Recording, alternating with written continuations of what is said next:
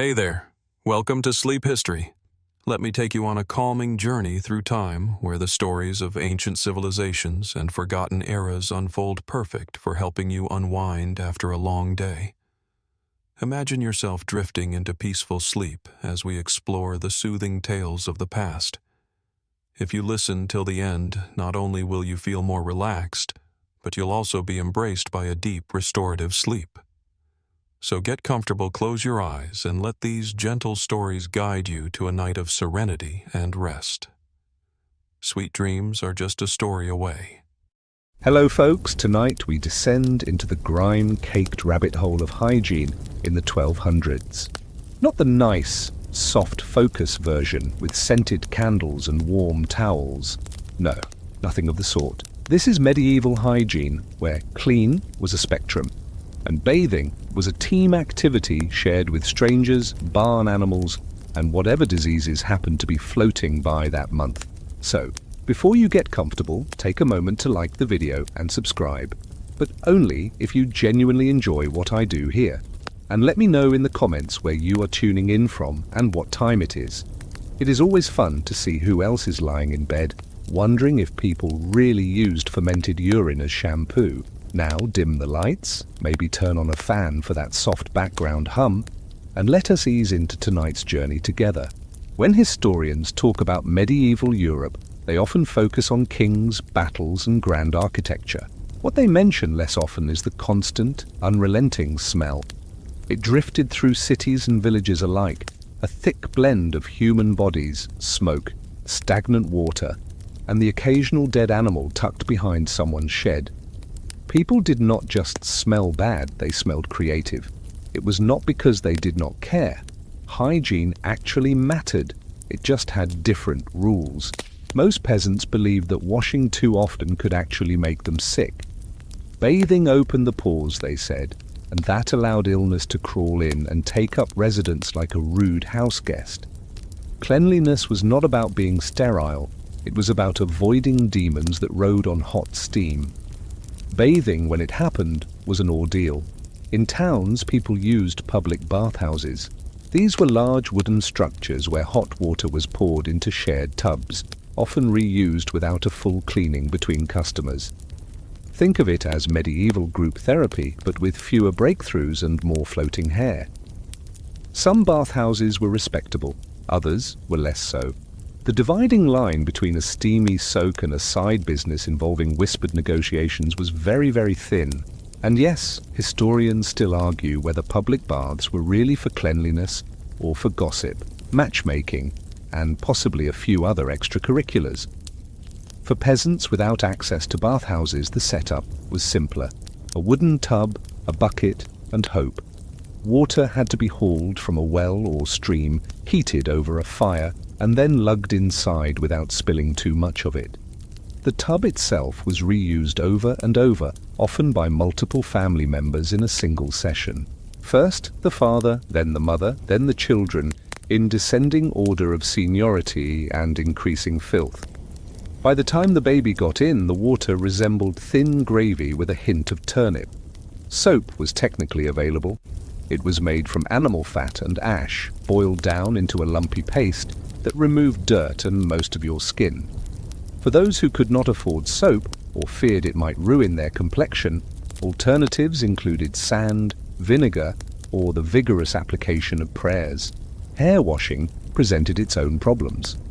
Combs were often made from bone or wood, and lice were considered just part of the deal.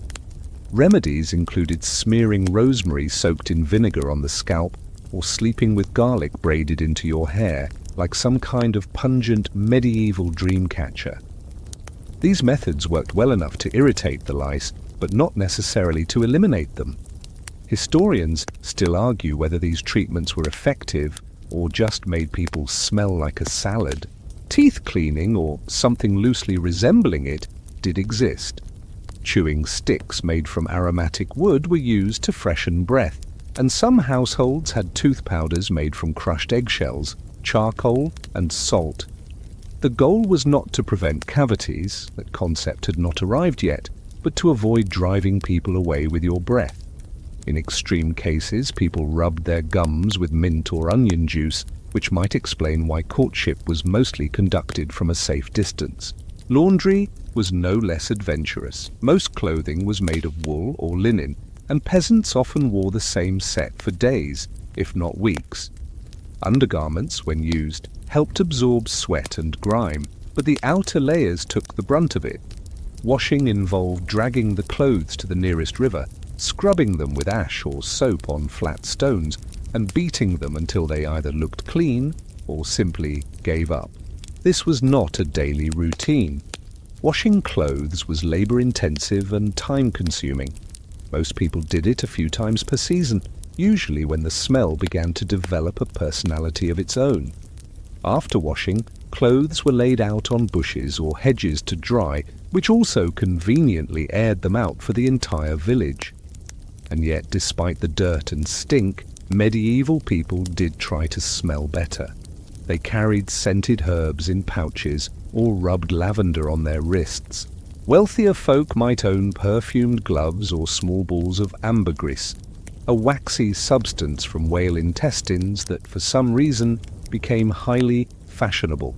If you could afford it, you masked your natural scent with something equally strange. If you could not, you just hoped everyone else smelled worse. Odours were a part of daily life, so much so that cities began to develop their own reputations.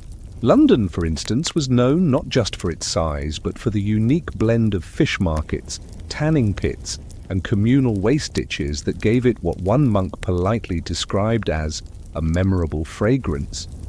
Medieval homes contributed to the problem. Most had no chimneys, so smoke from cooking fires clung to walls, skin, and every scrap of fabric in the house. Combine that with poor ventilation, damp straw bedding, and livestock wandering through the front door, and you had yourself a scent profile that could best be described as agricultural with notes of despair. Still, people found ways to cope. Some lined their homes with dried herbs, others burned resin or incense when company came over. In wealthier households, servants sprinkled floors with rushes mixed with fragrant petals, which slowly turned brown and crunchy underfoot, absorbing moisture and masking more pungent realities. There were also rituals. In monasteries, for example, monks washed their hands before meals and performed symbolic foot washings. Pilgrims were sometimes required to cleanse themselves in rivers before entering sacred sites. But again, this was less about hygiene in the modern sense and more about spiritual purification. Dirt on the body was tolerable, dirt on the soul was not. Bathing customs varied wildly by region. In parts of Italy and the Middle East, frequent bathing was more common, even encouraged. In colder regions, bathhouses fell out of favor, especially during times of plague, when people believed that warm water opened the body to disease. Better to stay dry and dusty than risk inviting death in with the steam. By modern standards, medieval hygiene was a disaster, but for its time, it was a complex system of habits, beliefs, and adaptations to the realities of limited water, poor infrastructure, and a very different understanding of disease. And perhaps that is the real takeaway. People did not give up on being clean. They just defined it differently. They improvised. They endured.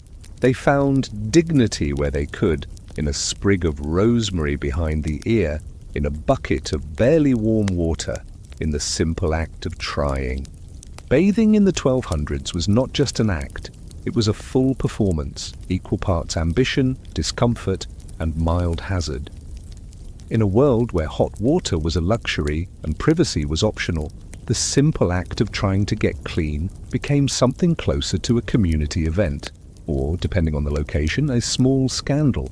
Let us begin with the private bath, if such a thing could be called private. Wealthier individuals might own a large wooden tub, often barrel-shaped, sometimes even with handles for easier transport. It sat near the hearth, or, if they were feeling especially brave, in the garden on a sunny day. A servant or two would lug in hot water by the bucket, a process requiring muscle, firewood, and an alarming number of trips. The water never stayed hot for long. By the time the tub was full, it had usually cooled to lukewarm and had acquired a few floating particles from the bucket or the soot-covered kettle. Some poured the water through a linen cloth to filter out debris, a noble effort that usually failed. Others did not bother. After all, what was a bit of grit compared to the privilege of not smelling like feet and sheep for a few hours? Soap, if it was involved, came in the form of homemade lye mixtures or hard cakes made from rendered fat. The smell was somewhere between bacon and burnt wood, and the texture was equally ambiguous. In towns, bathhouses were the norm. These were not luxurious Roman spas. These were wooden buildings that resembled barns or sheds, filled with steam, low benches, and the unmistakable aroma of boiled bodies and herbs. Bathers entered in shifts, soaked in shared tubs or individual barrels, and endured either bliss or mild horror, depending on who had bathed before them. For an extra fee, one could pay for scented herbs to be added to the water. Lavender, mint, sage, fragrant attempts to wrestle body odor into submission. There were also attendants who offered scrubbing services. These ranged from gentle massages to something that resembled an attempt to sandblast your sins away. Bathhouses often had multiple rooms with varying temperatures, a hot chamber, a warm soak area, and a cool room for rinsing or, more often, for gasping dramatically after leaving the steam. It was, in theory, a place for cleansing. In practice, it was also a social centre, a gossip mill, and, occasionally, a venue for activities best left undescribed in polite company. Historians still argue whether bathhouses were true hygiene centres or simply steamy salons for whispers and wages. The church had complicated feelings about all this. On one hand, cleanliness was associated with godliness. On the other, too much nudity and enjoyment in a bathhouse raised suspicions of sin. Certain regions outlawed mixed bathing, others ignored it entirely. Some bathhouses posted moral warnings on their doors, others offered towels and subtle winks. Enforcement depended entirely on which bishop was nearby and how grumpy he was that morning. Bathing customs were also seasonal.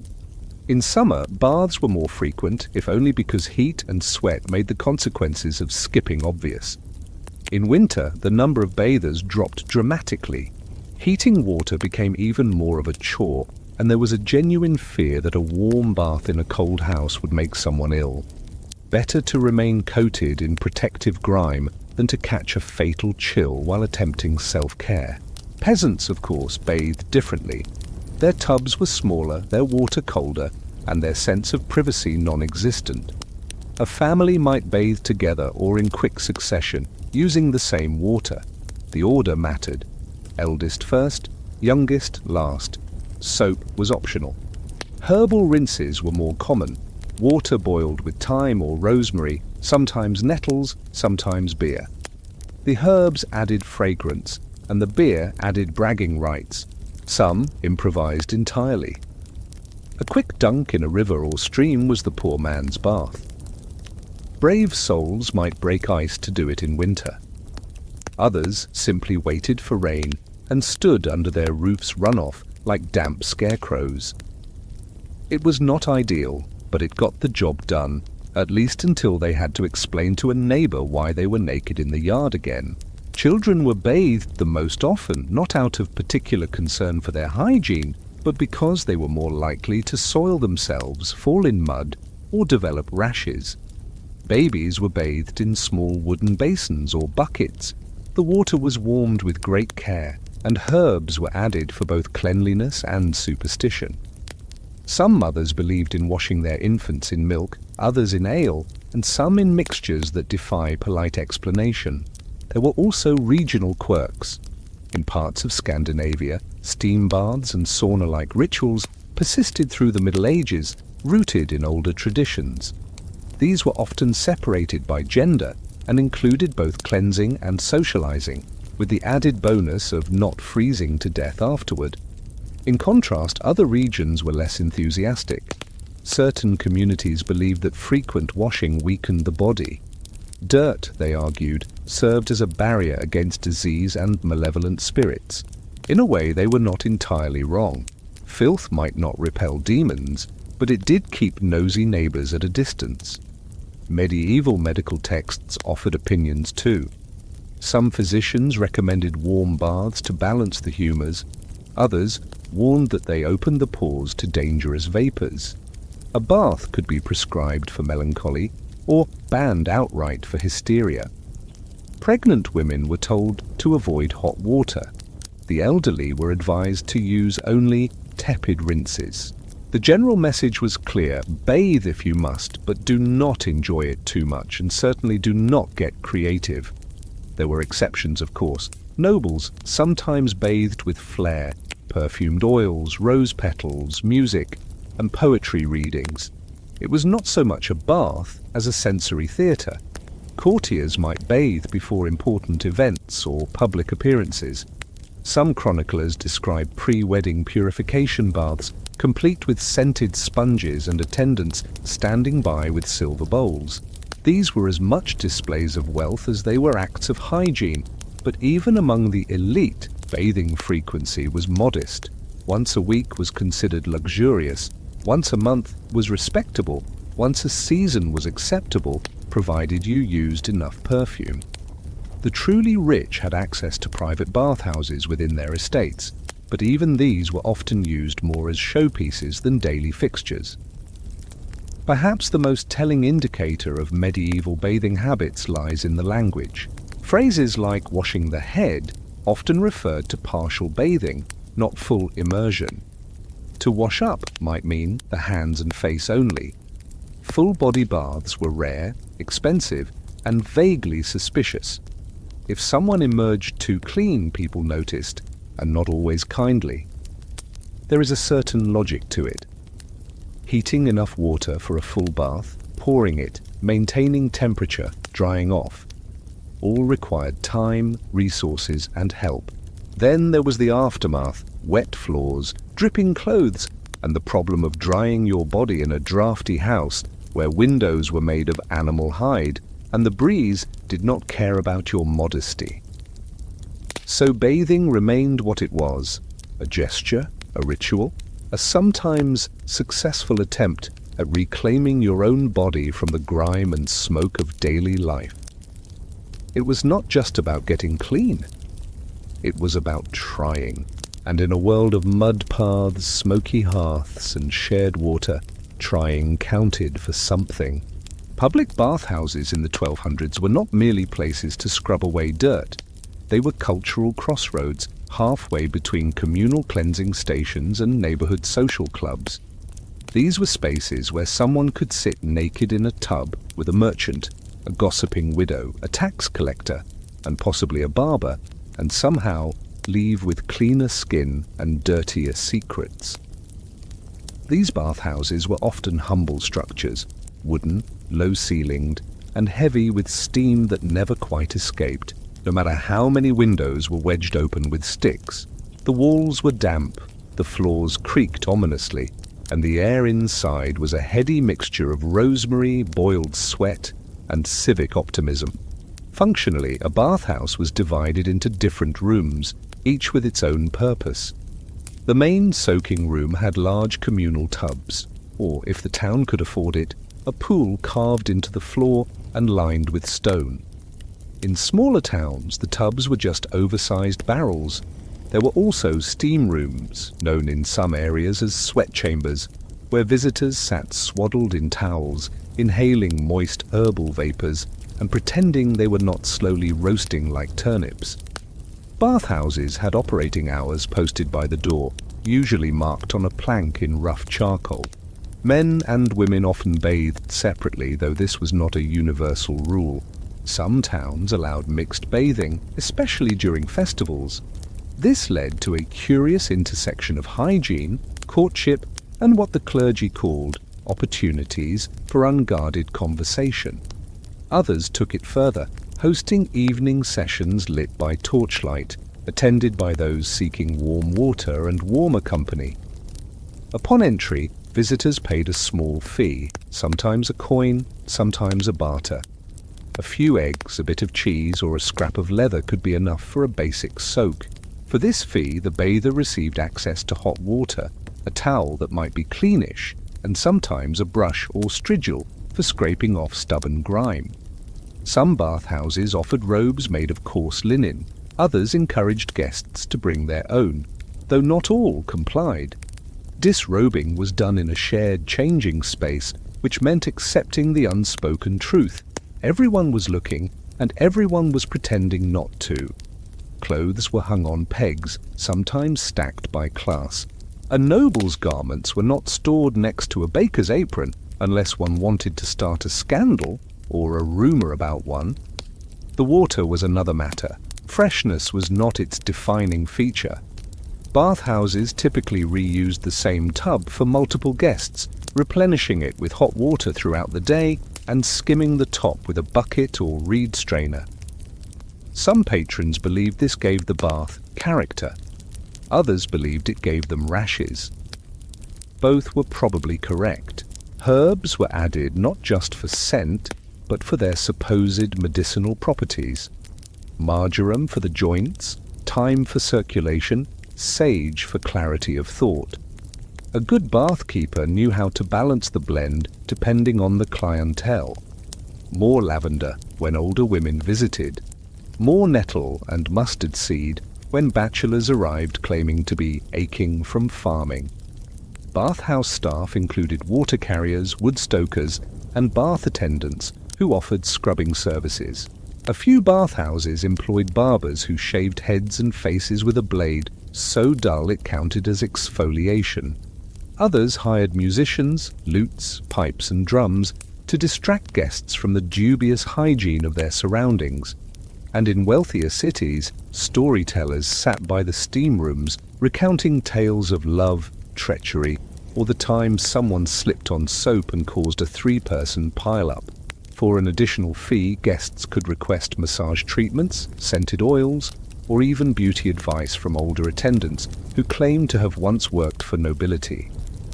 Advice included such timeless gems as do not squint at the sun, do not eat onions before social events, and never trust a man who bathes too often. Despite all this, bathhouses were not just for indulgence, they were part of healthcare. Physicians sometimes prescribed regular bathing for ailments like melancholy, fatigue, or spleen congestion, a condition only the medieval imagination could properly define. A hot bath was said to draw out bad humours and restore balance. Cold baths, on the other hand, were believed to shock the soul back into proper alignment. There were rules, though mostly unwritten. One did not criticize another person's skin lesions. One did not ask why someone was wearing a necklace in the bath. One definitely did not point out when someone snored in the steam room. The community upheld these rules not with punishment, but with passive-aggressive silence and lingering glances. The church remained deeply suspicious of bathhouses. Too much time spent lounging naked with strangers seemed like a recipe for moral decay. Priests warned that bathhouses blurred the lines between necessity and temptation.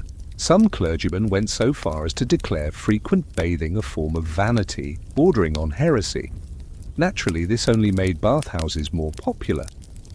When outbreaks of disease occurred, bathhouses were often among the first places shut down, blamed for spreading illness.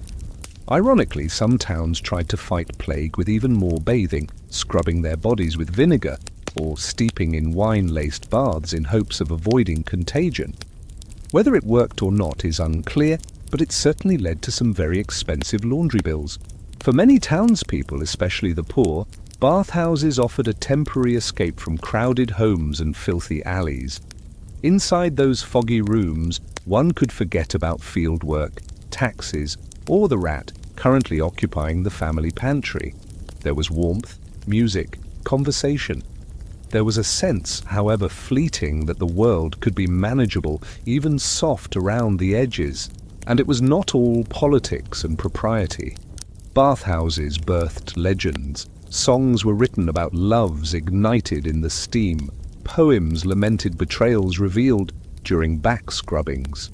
One apocryphal tale tells of a nobleman who slipped during a particularly enthusiastic massage and accidentally proposed marriage to the wrong person.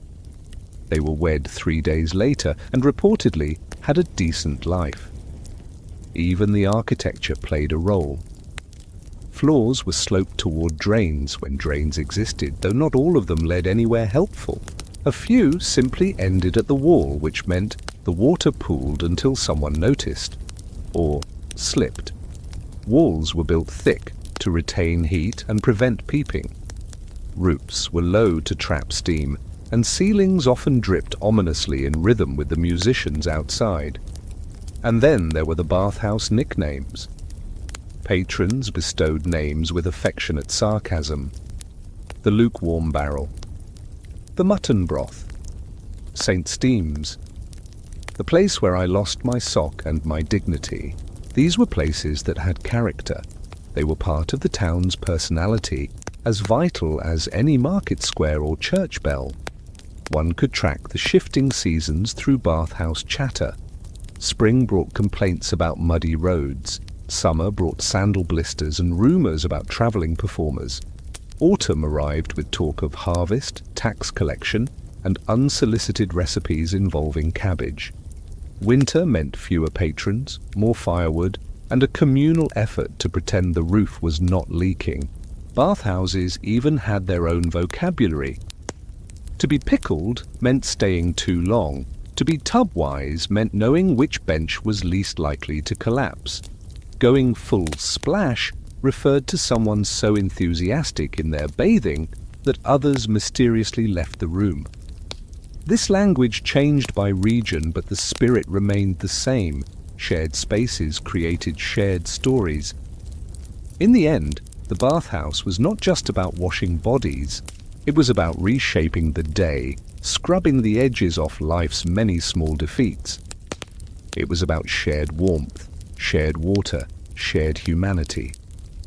No matter how imperfect, crowded, or questionably clean, bathhouses mattered. They mattered because they gave people a moment of stillness, a moment of being seen, a moment when life did not smell quite so much of wet wool and despair. And that in medieval Europe was something worth soaking in. In the hierarchy of medieval hygiene horrors, the scalp held a special place. Hair was everywhere. It was thick, tangled, braided, concealed, revealed, prayed over, and at times weaponized with vinegar. Yet despite its prominence, caring for it was a labor of contradiction. People wanted their hair to look presentable, or at least socially passable, but they also feared what might be hiding inside it. Because where there was hair, there were likely lice. And where there were lice, there was a story. The medieval approach to hair washing was cautious at best. Full shampooing as it is understood today was rare. Hair was washed occasionally, often during major religious festivals, or before significant life events like weddings or court appearances. For most people, clean hair meant it had been dusted, braided, and perhaps perfumed, not necessarily washed with water. When water was used, it was not applied carelessly. Hot water opened the scalp's pores, or so it was believed, inviting in disease and disobedient spirits. Therefore, lukewarm or cold rinses were the standard. Hair was combed thoroughly before washing, sometimes for hours. Combs were made from bone, wood, or horn, and the act of combing was not merely for detangling, but also to dislodge lice, nits, and small surprises best not mentioned aloud.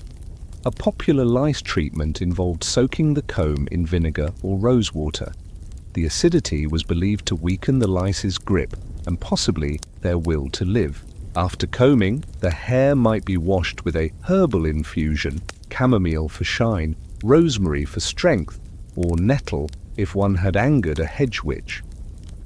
Soaps were rarely applied directly to the scalp.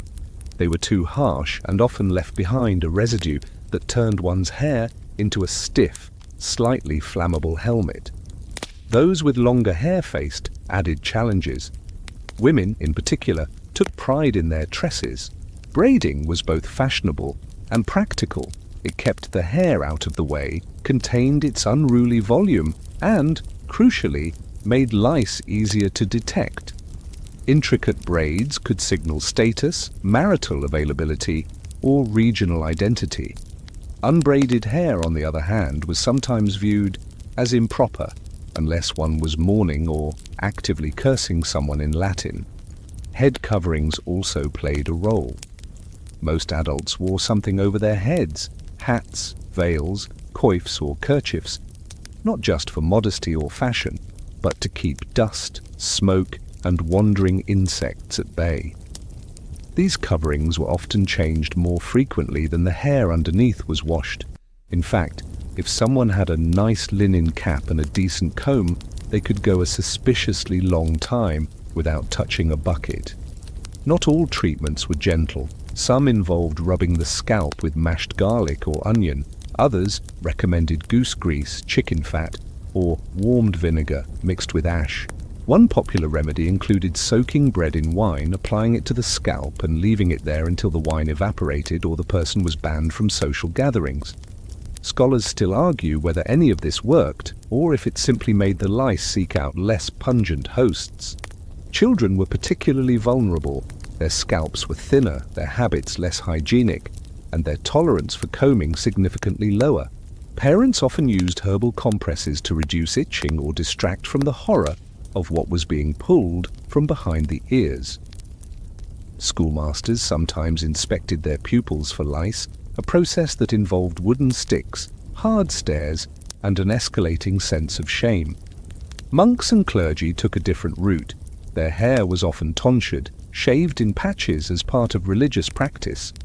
This made lice easier to detect and harder to hide, which, depending on one's perspective, was either a blessing or a punishment. Even so, monasteries were not immune to infestations. Communal living, shared pillows, and vows of silence created perfect conditions for quiet, determined parasites. Hairstyling existed but required bravery. Pomades made from animal fat, soot, or honey were applied for shine and control. These attracted both admiration and insects. One enterprising noblewoman allegedly used a paste of egg yolk and crushed herbs to create volume. It worked beautifully until a hot day turned her hair into a baked frittata that no one could unsee. Barbers offered scalp care, though their services were uneven. Some were skilled in trimming, delousing, and styling. Others leaned more toward bloodletting, tooth extraction, and unsolicited philosophy. In larger towns, barber surgeons worked out of bathhouses, cutting hair in the same steam where people whispered rumors and soaked their regrets. Dandruff was handled with dry powders, chalk, crushed eggshell, or ground herbs. The goal was to absorb oils and reduce itching, not necessarily to fix anything. Flakes were seen as part of life, like cracked hands in winter, or mysterious bruises from medieval furniture. For the truly wealthy, options expanded. Imported oils from the Mediterranean, scented waters from the East, and silk wraps to preserve hairstyles overnight. Nobles sometimes slept on pillows stuffed with herbs to perfume the hair as they dreamed. If one could afford luxury, the hair became a canvas of ambition. If not, it remained a battlefield between beauty and bugs. Seasonal changes brought seasonal concerns. In summer, sweat and sun turned hair brittle. In winter, smoke from hearths clung to every strand. Spring brought mud, and autumn brought static. There was no escape. Even the cleanest head eventually submitted to the will of nature and its six-legged agents of chaos. Despite all this, hair was considered a vital part of personal identity.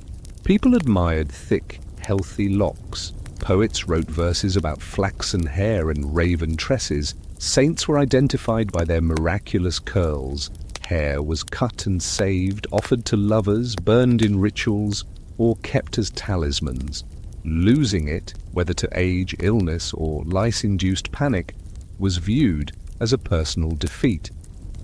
In literature and legend, hair carried symbolic weight. A knight swearing loyalty might receive a strand of his lady's hair tied around his wrist. A widow might cut her hair in mourning. A healer might require a lock to break a curse or find a missing child. Hair was not merely a cosmetic feature, it was part of the soul's packaging. And then there were wigs. Not widespread in the 1200s, but occasionally used by performers, con artists, and people with something to hide. These wigs were crude, made from real hair stitched into caps or glued onto cloth. They were itchy, heavy, and flammable, everything one hoped for in a disguise. As hygiene improved across regions, the perception of hair shifted. Clean hair became a sign of virtue. Oily hair, unless treated with perfume, was viewed as neglectful.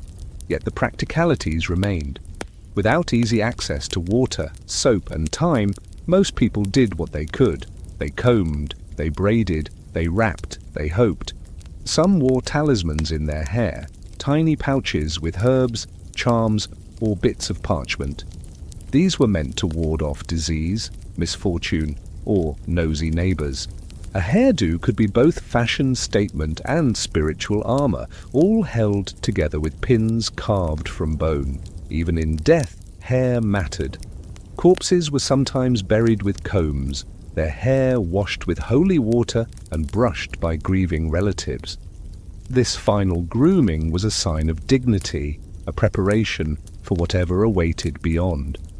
Because whether alive or departed, a medieval person understood one truth. The state of your scalp said something about your soul. In the end, hair hygiene was less about perfection and more about effort. It was a battlefield, a ritual, a burden, and a badge. It itched, it tangled, it rebelled, but it also spoke of care, of identity, and of the enduring desire to face the world with a head held high, even if there was something crawling on it. If you ever find yourself grateful for modern dental floss, spare a thought for the medieval mouth. The state of oral hygiene in the 1200s was less a science and more a stubborn act of survival. Teeth were important. They were used for cutting food, cracking nuts, and occasionally biting one's enemies, but their care was wildly inconsistent, experimental, and frequently painful. Most people cleaned their teeth in some way. It was not a matter of total neglect, but of limited understanding. Toothbrushes as they exist today did not appear in Europe until centuries later. Instead, medieval people used chewing sticks, twigs from aromatic trees like hazel, licorice, or walnut. One end of the stick was frayed into a brush-like texture. This would be rubbed against the teeth in repetitive strokes, ideally dislodging food particles, layers of plaque, and perhaps the previous week's regrets. To complement the chew stick, people sometimes used cloth. A scrap of linen wrapped around the finger could be dipped in a cleansing mixture and used to scrub the teeth directly. The mixtures varied by region and bravado. A popular one included crushed charcoal and salt. Others blended dried mint, rosemary, ash, and occasionally powdered bone. These powders served to scour the teeth, leaving behind a surface that felt cleaner and looked somewhat more matte. Of course, these powders were abrasive. Regular use could wear down enamel, but this was not well understood. People valued the sensation of a clean mouth more than long-term structural integrity. If the teeth looked white and felt smooth, that was considered a success, even if the gums had begun to recede like a timid rabbit in a thunderstorm. Halitosis, or bad breath, was a social concern. Remedies were numerous. Chewing parsley was common. So was sucking on cloves, anise seeds, or fennel. Wealthier individuals might carry pomanders, small ornate balls filled with perfumed herbs, to hold near their face during conversation. Others chewed cardamom pods or pieces of dried ginger, not only to sweeten the breath, but to mask the underlying scent of fermented onions and dental despair. Dentistry existed, but it was crude. Toothaches were treated first with poultices, Onion juice, vinegar, and mashed leeks were applied directly to the gum. Clove oil, where available, was treasured for its numbing effect. If these methods failed, the tooth was extracted. There were no anesthetics. The extraction was performed by a barber, surgeon, or whoever was brave enough to hold the pliers and not flinch at screaming. Extraction tools were terrifying. The dental key resembled a miniature meat hook designed to wrench the offending tooth free with a twist. In skilled hands, the process was brutal but quick. In unskilled hands, the patient risked broken teeth, shattered jawbones, and lifelong suspicion of anyone holding metal. Preventative dentistry was mostly based on superstition. Some believed worms caused toothaches. These invisible invaders were thought to bore into the enamel and feast. To drive them out, people smoked their mouths with burning henbane, garlic, or other foul-smelling herbs. The goal was to suffocate the worms or at least chase them towards someone less annoying. Diet played a role in dental health. Unlike today, sugar was rare and extremely expensive. Honey was the primary sweetener, and though it could contribute to decay, it was not as destructive as the imported cane sugar that later ravaged Renaissance molars. The medieval diet consisted largely of coarse bread, porridge, vegetables, and meat, all of which required serious chewing. This helped keep the jaw strong and may have cleaned teeth naturally to a point. However, the bread often contained grit from millstones. Tiny stone fragments mixed into flour wore down the teeth over time. This abrasion could lead to exposed nerves and infections. Combined with the lack of antibiotics, such infections could become fatal. A simple cavity could turn into a slow-burning death sentence delivered via the bloodstream. Gum disease was also widespread. Swollen, bleeding gums were considered normal past a certain age. Some tried to treat this with vinegar rinses or by rubbing the gums with crushed mint. Others relied on prayer. Saint Apollonia, the patron saint of toothaches, received many whispered requests from desperate peasants, clutching their swollen cheeks and bargaining with heaven for one more pain-free morning. Tooth loss was common and expected. Young adults might have a full smile, but by middle age, gaps began to appear. False teeth did exist, but were rare. Some were made from bone or ivory and tied in with cords. Others were repurposed from the teeth of animals or unfortunate humans. These replacements were uncomfortable and mostly ornamental, worn by nobles for court appearances and quickly removed afterward with a grimace. Despite these obstacles, people did smile. They joked about bad breath, made fun of each other's whistling gaps, and occasionally gifted dental remedies wrapped in cloth. Tooth powders were given as tokens of affection. Mint sprigs were exchanged like breath mints. Couples might chew herbs together before a feast, knowing full well that roasted garlic was waiting on the table. Oral hygiene, while not scientific, was cultural. It reflected the values of the time. People cared how they smelled. They cared what others saw. They cared whether their smile was passable, even if it took sand, vinegar, and stubborn denial to get there. It was a system built on intuition, trial and error, and a healthy dose of collective bravery. Monasteries contributed to dental care through their herbal knowledge. Monks cultivated gardens filled with sage, mint, and hyssop, plants believed to strengthen the gums and soothe pain. Manuscripts recorded remedies for mouth rot, tooth demons, and hot teeth, which modern historians interpret as everything from gingivitis to full abscesses. Treatments included gargling with warmed wine, applying herbal poultices, or simply fasting and hoping for divine intervention. In towns, travelling tooth pullers were both feared and welcomed. These men arrived with bags of tools and flamboyant coats, promising relief and entertainment. They set up in markets, offered free consultations, and extracted teeth while playing music or telling stories. Children watched in horror. Adults waited their turn, hoping the spectacle would distract from the agony. Illustrations from the period show grotesque caricatures of these men yanking teeth while their victims screamed and flailed. And yet, the tooth pullers remained in business. Pain, after all, was part of the human condition. If someone could end it, even briefly, they were forgiven for their eccentric fashion and questionable ethics. Tooth charms were common. Some people wore teeth from animals around their necks to ward off decay.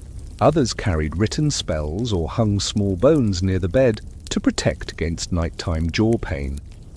These practices were half medicine, half superstition. No one really knew how teeth worked, but everyone agreed they hurt spectacularly when they failed. By modern standards, medieval dental hygiene was a nightmare. But judged by the tools and beliefs of the time, it was a strange form of perseverance. People did not give up on their teeth. They fought back with herbs, sticks, powder, prayer, and the occasional scream muffled by a linen rag. There is a kind of beauty in that. In the absence of modern toothpaste, ergonomic brushes, and dental insurance, medieval people made do. They worked with what they had. They improvised. They endured. And when the pain became unbearable, they sought out the man with the iron hook and a firm grip. Even that, in its terrifying way, was a form of self-care. If medieval hygiene had a face, it probably shimmered faintly from a concoction involving crushed pearls, spoiled milk, and something that smelled vaguely like roasted rodent. Skin care in the 1200s was a mixture of superstition, trial and error chemistry, and dangerous optimism. People wanted to look healthy. The problem was no one quite agreed on what health looked like, or how much mercury was too much. Pale skin was in fashion. It signified wealth, leisure, and the privilege of staying indoors while peasants baked in the fields. Tanned skin was associated with labor and low status. So naturally, people did everything in their power to appear pale, even if it meant coating themselves with lead, literally. One popular preparation was Venetian ceruse, a skin whitener made from white lead mixed with vinegar. Applied to the face, it gave a ghostly, matte finish that practically screamed, "I am rich, elegant, and possibly already dying." Over time, the lead absorbed into the skin, causing muscle weakness, facial tremors, and, in many cases, permanent scarring. The irony was profound. The more beautiful someone tried to appear, the more their face peeled like old wallpaper. Another favored ingredient was mercury. Yes, the shiny, silvery poison that makes modern scientists flinch was used in creams and salves. It was believed to treat skin infections, remove spots, and smooth imperfections. In practice, it also removed portions of sanity, as mercury exposure led to neurological damage. Users might lose coordination, memory, or the ability to finish a sentence without blinking in Morse code. Still, these ingredients were prized. Recipes were passed among noblewomen, stored in little books alongside love charms and pickle brines. Some skin treatments called for egg white masks. Others used crushed rose petals mixed with chalk.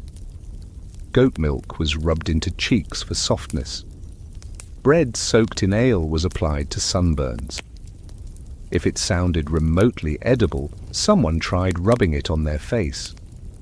Mouse fat had its moment.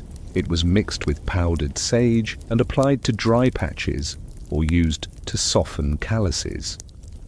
Some texts suggest mouse fat worked best when rendered from a black mouse during a full moon, but that probably had more to do with theatrical flair than scientific accuracy. Still, someone somewhere rubbed mouse fat onto their forehead and told their friends it worked wonders. Honey was more respectable. It was used to treat wounds and moisturize skin. It had antibacterial properties and a sweet scent. Unfortunately, it also attracted insects, bees, ants, and anything else with a nose. The brave persisted, insisting that being chased by hornets was a small price for radiant skin. Oil was a staple. Olive oil, if one could afford it, was prized for hydration. Almond oil was used in perfumed balms. Even animal fats, rendered from pigs, ducks, or the aforementioned mice, were smeared onto dry limbs. These fats were often scented with herbs to mask their natural enthusiasm. Scrubs existed. Ground seeds, flour, crushed eggshells, or ashes were mixed into pastes and used to exfoliate. The goal was to remove dead skin and reveal the smoother layer beneath. In practice, the results varied. Some emerged glowing, others emerged raw, blotchy, and questioning their life choices. Sun protection was more spiritual than scientific. Some believed that amulets or prayers could prevent sunburn. Others used physical barriers, wide hoods, veils, or hats with flaps. Those who could afford parasols employed them in summer. Peasants used whatever was available: shawls, baskets, the nearest chicken, anything to keep the sun off their face. Freckles were unpopular among the wealthy. They were associated with exposure and were often targeted with bleaching treatments. Lemon juice was dabbed onto spots, as was vinegar mixed with salt. One remedy involved applying the blood of a rabbit killed during a lunar eclipse. Historians still argue whether this did anything useful aside from making people feel committed. Warts, blemishes, and moles had complicated reputations. In some regions, a mole on the face was a mark of luck. In others, it was a sign of witchcraft. Remedies for removing them included burning with heated iron, cutting them with knives, or applying herbal poultices made from crushed plantain leaves. Occasionally, people just ignored them and wore larger hats. Acne was treated with everything from boiled cabbage water to powdered coral. The understanding of skin conditions was limited, so most treatments aimed to draw out heat or cool the blood. Mint was popular for this. So was crushed cucumber, though more often as an excuse to put lunch on your face. Scarring was an unfortunate reality. Whether from smallpox injury or previous beauty experiments gone wrong, facial scars were common. Some tried to conceal them with wax-based balms. Others wore veils or face cloths. In certain circles, a scar was considered noble, a sign of surviving plague or battle. In others, it was a blemish to be hidden at any cost. Perfume was often used to distract from skin condition. Floral waters, especially rose and lavender, were dabbed behind the ears or across the wrists. Scented sachets were tucked into clothing. Soap, when it existed, was more for smell than function. A bar of rose-scented soap might never touch water. It sat in a drawer, quietly judging the rest of your hygiene. Men were not exempt. While most did not wear face cream openly, many applied ointments for sunburn, shaving rash, or battlefield injuries. Knights carried herbal balms in their kits. Hunters rubbed crushed juniper onto their cheeks for good fortune and fewer insect bites. Squires sometimes inherited skin treatments, along with armor polish and debt. Aging was accepted, though often delayed with creative effort. Wrinkles were massaged with warm oil. Grey hairs were dyed with plant tinctures. Henna, walnut shells, and iron filings soaked in vinegar made passable hair dye, if one could tolerate the smell. Youthfulness was not necessarily the goal. Looking like you had not been kicked by time was good enough. Interestingly, people often associated skin quality with morality. Smooth, pale skin implied piety, cleanliness, and discipline. Rough, sun-darkened skin suggested impulsiveness or sin. This led to unfortunate stereotypes where peasants were viewed as less pure simply for having functional melanin and outdoor responsibilities. Monasteries contributed to skin care through herbal knowledge. Monks and nuns kept records of salves, balms, and poultices made from garden-grown ingredients.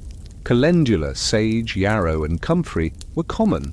Some monastic recipes survive today, offering a surprisingly sensible approach to treating burns, rashes, and bug bites. But for all the effort, skincare was deeply inconsistent. What worked for one person gave another a rash. What soothed one face scorched another. Remedies were based on humoral theory, balancing hot, cold, moist, and dry. If your skin was too hot, you needed a cooling treatment. If too dry, you needed fat. If your nose turned blue, you probably needed to lie down and rethink your choices. And yet, people cared. They fussed. They compared. They shared advice that had been passed down from grandmothers, healers, and traveling merchants. They stared into polished copper mirrors and poked at blemishes. They plucked stray hairs with bone tweezers. They lit candles and examined their faces not with vanity, but with curiosity and stubborn hope. Because even in an age without dermatology, there was still a desire to feel good in one's skin, even if that skin was partially covered in lard and smelled faintly of lavender and regret. In the 1200s, clothes were less about expression and more about survival. A tunic was not just a fashion choice. It was insulation, modesty, bedding, napkin, handkerchief, towel, and sometimes a blanket for your goat. People owned very few garments, often just 1 or 2 sets total. And when something had to do that much work, it did not get washed very often, certainly not every week, and usually not even every month. Washing clothes was hard. It involved hauling water, heating it if possible, and scrubbing the fabric with sand, lye, or ashes. There were no detergents, no washing machines, and no such thing as a gentle cycle. Everything was done by hand outdoors, in whatever basin or river could be claimed for the afternoon. This was not a chore. This was an ordeal. Clothes were washed when they became visibly filthy, smelled like a livestock parade, or developed their own political opinions. Linen undergarments, if someone could afford them, were the most frequently cleaned items. These were worn close to the skin and absorbed sweat and oils. A linen shirt might be washed a few times per month. Overclothes, like wool tunics, were rarely cleaned. Wool was thick, difficult to dry, and prone to shrinking. Instead of washing it, people aired it out, beat the dust out with sticks, or hung it over burning herbs in hopes that the smoke would do what soap could not. Drying clothes was another challenge. There were no laundry lines strung between manicured hedges. Clothes were laid out on bushes, hedgerows, or flat stones. Sometimes they were hung over wooden fences and occasionally over livestock pens, which led to situations where a sheep absconded with someone's only pair of breeches. Soap, where available, was harsh. It was made from animal fat and lye, and it stung the hands. Washwomen developed calluses thick enough to knock on doors with. Some used ash or even fermented urine as a cleansing agent. Yes, urine. It contains ammonia and was considered highly effective, particularly for linen. Collecting it was a social task no one volunteered for twice. Clothing repair was more common than washing. A garment would be patched, restitched, and reinforced long before it would be properly cleaned. Needles and thread were valuable. A family might share a single needle, guarded with the same intensity as a blessed relic. Darning socks was an evening activity. Adding a patch was a sign of thrift, not shame. A tunic with 5 different fabrics stitched into it was not an eyesore. It was a timeline. Dyes were unreliable. Most everyday clothing was in shades of brown, grey, or faded earth tones. Brighter colors required expensive ingredients. Indigo for blue, woad for a cheaper version of blue, madder for red. These dyes faded quickly, ran when wet, and occasionally poisoned the wearer if improperly prepared. Still, people tried. Even a weak yellow made from onion skins was preferable to the standard potato fog aesthetic most villagers wore. Sumptuary laws dictated what colors or fabrics certain classes could wear.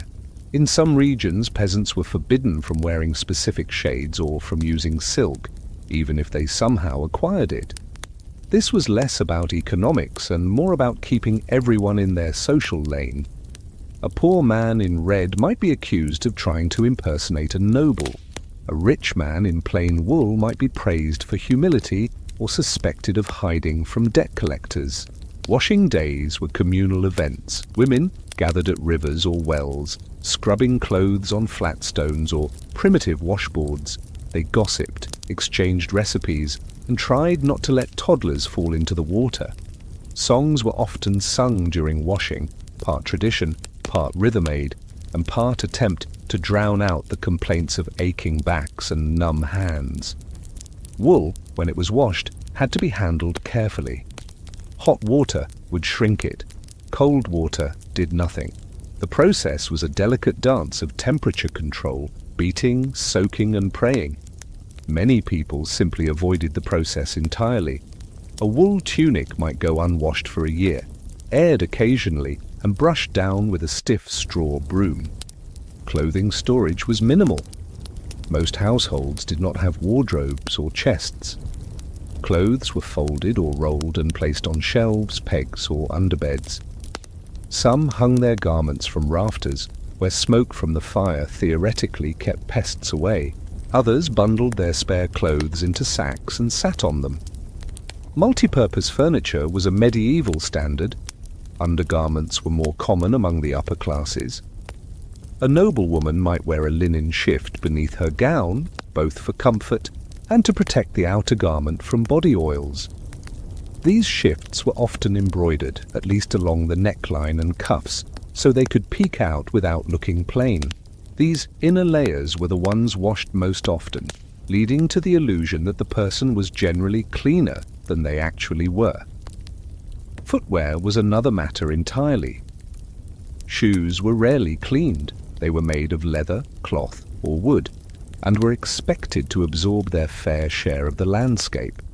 Some were lined with fur, some were stuffed with straw. Most were passed down, reshaped, or worn until holes outnumbered stitches. Clean shoes were a luxury. Most were simply dried when wet and knocked against a wall to evict whatever had moved in. In wealthier homes, laundry was the domain of servants. These were usually women, tasked with the back-breaking job of scrubbing, boiling, wringing, and drying garments for entire households. The smell of laundry day in a castle courtyard was distinctive: hot wool, scorched lye, and lavender fighting a losing battle. If a noblewoman smelled sweet and looked radiant, it was because several other women were standing waist-deep in a soapy trough, swearing under their breath. Clothes also carried symbolism. A clean tunic at church suggested moral order. A ragged hemline might speak of hardship or humility. Bright embroidery could signal wealth, lineage, or local pride. Certain motifs were passed down through families: geometric patterns, plant symbols, or animals stitched into collars and cuffs. A shirt could be a canvas, a message, or a shield. For children, clothes were often made from scraps. Babies were swaddled in whatever linen could be spared. As they grew, they inherited clothes from older siblings, neighbors, or the deceased. Hand-me-downs were not a sign of poverty. They were a sign of being included in a long, fraying lineage of thread. In winter, layers were added rather than replaced. People piled on cloaks, mantles, shawls, and caps. There was no expectation of clean garments. The goal was warmth, and if that meant smelling like a sheep that had fallen into a chimney, so be it. In summer, layers were shed, but only to a point. Modesty mattered. Even a peasant sweating in the fields wore sleeves and head coverings, more for sun protection and cultural norms than fashion. Despite the grime and repetition, clothes were cared for. People took pride in mending, in brushing out stains, in arranging their few possessions neatly. A folded tunic could feel like order. A fresh linen shift, even if slightly damp from drying too close to the fire, could feel like renewal. In a world where most things decayed quickly, fabric held memory. Stitches marked effort. Faded colors whispered of sun, soap, and survival. If you walked through a 13th century town with your nose in the air, you might regret it almost immediately. Medieval fragrance was not just a matter of preference, it was survival. Scent carried meaning, masked sins, and functioned as both social signal and olfactory armor. A person's smell said more about them than their clothes or their accent, and sometimes it said things they really wished it would not. At the base level, everyone had a smell. Bathing was rare, laundry was rarer. People lived close together with their animals, cooked indoors over smoky fires, and went to the toilet wherever gravity allowed. The result was a thick, layered scentscape that lingered in clothing, hair, and walls. It was not just dirt or sweat, it was humanity in its most aromatic form. To fight this, people turned to herbs. Lavender, rosemary, sage, and mint were the stars of the medieval scent world. Bundles of these herbs were hung from rafters, tucked into pillows, or sewn into sachets that were worn under clothing. A sachet might contain dried petals, cinnamon bark, clove, or even a shard of resin. These were not just for fragrance, they were considered protection against disease, against bad luck, and occasionally against other people. Pomanders were popular among the upper classes. These were hollow, often spherical containers made of precious metal, worn on belts or hung from necklaces. Inside was a mixture of strongly scented substances: ambergris, musk, civet, and floral oils. Ambergris came from the digestive system of whales. Musk came from glands of animals no one wanted to meet twice. Civet came from cat-like creatures who surely did not appreciate the extraction process. Despite their origins, these ingredients were highly prized and sold at high prices. When mixed properly, they produced scents that were earthy, warm, and extremely good at masking the smell of damp wool and questionable decisions. Herbs were also burned. This was called fumigation, and it was both a cleaning ritual and an air freshener. Juniper, frankincense, and myrrh were burned in homes, churches, and even on the street. The smoke was believed to cleanse the air, drive away disease, and lift spirits. It also covered the smell of rotting food, chamber pots, and livestock traffic jams. Clothing could be perfumed too. Wealthier people sometimes owned perfumed gloves, scented with floral oils or powdered spices. Linen handkerchiefs were infused with rosewater. Cloaks might be lined with sachets, stitched discreetly into the seams. In some cases, entire rooms were perfumed by boiling orange peels or cloves on the hearth. And it was not just about covering scent. Certain smells were believed to protect the body. Disease, especially plague, was thought to travel through bad air, miasma. If one kept sweet-smelling herbs near the face, one could purify the air before it reached the lungs. Doctors wore beaked masks filled with aromatic herbs, believing the beak would filter illness. Citizens with fewer resources simply stuffed lavender into their sleeves and hoped for the best. Hygiene rituals had their own scent rules. After washing, people might rub their skin with scented oil, both to soften the skin and to impart fragrance. Popular scents included rose, almond, and violet. These oils were usually infused at home, made by steeping petals in olive or nut oils and storing them in glass or ceramic containers. Bottles were reused and the smell intensified over time, for better or worse. Homes were often scented, intentionally or not. Rushes and herbs were strewn across the floor in noble homes, providing a form of carpet and a constant underfoot fragrance. These rushes were changed semi-regularly, but the smell of crushed herbs, along with whatever fell onto the floor, created a unique household signature. Some homes smelled of sage and roast meat. Others smelled like mildew and ambition. Markets, too, had signature scents. The butcher's stall, the fishmonger's bucket, the herb vendor's wares, the baker's smoke. Each street corner carried its own perfume. For medieval townspeople, navigation was a sensory experience. You could find your way home by smell alone, provided the wind was cooperating and no one had dumped something unspeakable into the gutter. Seasonality affected fragrance. In spring, the streets smelled of mud, flowers, and sheep. In summer, the scent of sweat mixed with ripe fruit and slightly less ripe neighbors. Autumn brought the earthy perfume of fallen leaves, fermenting cider, and decaying market leftovers. Winter was a season of smoke, damp cloaks, and whatever scent had embedded itself in your scarf since last washing. Personal scent was part of courtship. A pleasant smell could be more persuasive than a flattering poem. Lovers exchanged scented tokens, handkerchiefs, sprigs of mint, locks of hair wrapped in rosemary. A well-perfumed visitor might be welcomed more warmly. A foul-smelling one might be offered the guest stool nearest the door. Scent could also be weaponized. Enemies might be accused of carrying bad luck through foul body odor. People suspected of witchcraft were sometimes described as having unnatural or lingering scents. Conversely, saints were said to emit floral scents even in death, a sign of purity known as the odor of sanctity. Stories circulated of corpses that smelled of roses despite having been in the ground for weeks. The implication was divine favor, or at least impressive posthumous hygiene. Religious rituals included scent.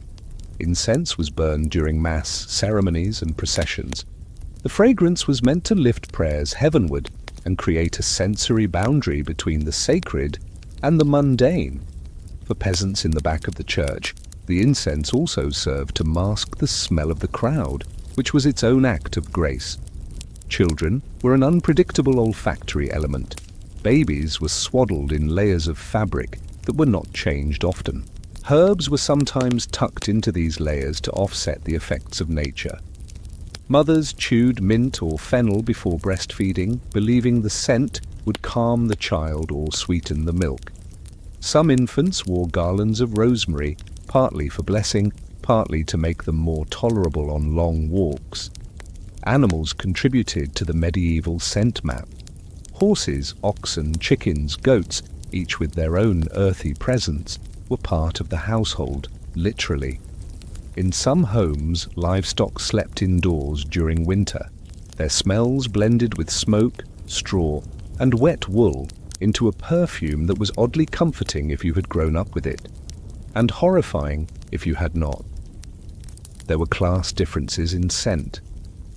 Nobility had access to imported spices, perfumed waters, and bathing facilities. Their scent profiles were floral, resinous, or citrusy. The poor smelled of work, smoke, and the world, but even they took steps to improve their aroma. A peasant might not have rose water, but he had mint from the yard, a clean shirt warmed by the fire, and the resolve to stand downwind from judgment. Scent rituals marked life's milestones. Births were blessed with incense. Weddings were celebrated with flower garlands. Funerals involved burning herbs to send off the soul and keep the living from fainting. Each major event had a smell, remembered long after the details faded. And so fragrance was not a luxury. It was a thread running through daily life, binding identity, health, belief, and memory. People in the 13th century lived surrounded by scent, shaped by it, defended by it.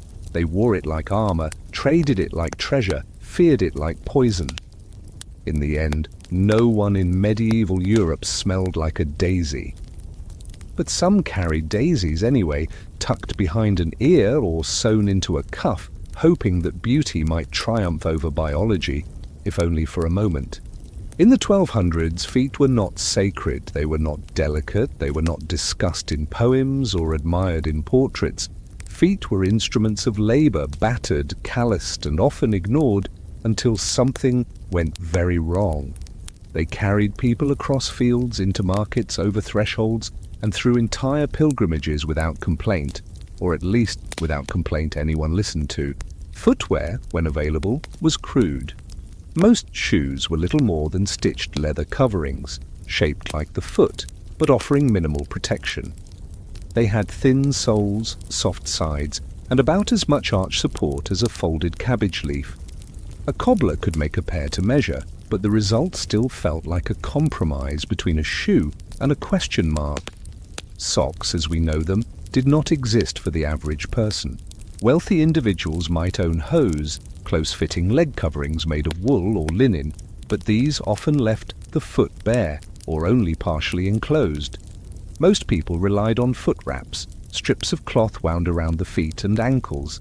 These added warmth and softness, but had to be rewound regularly or risked bunching, shifting, or causing painful blisters.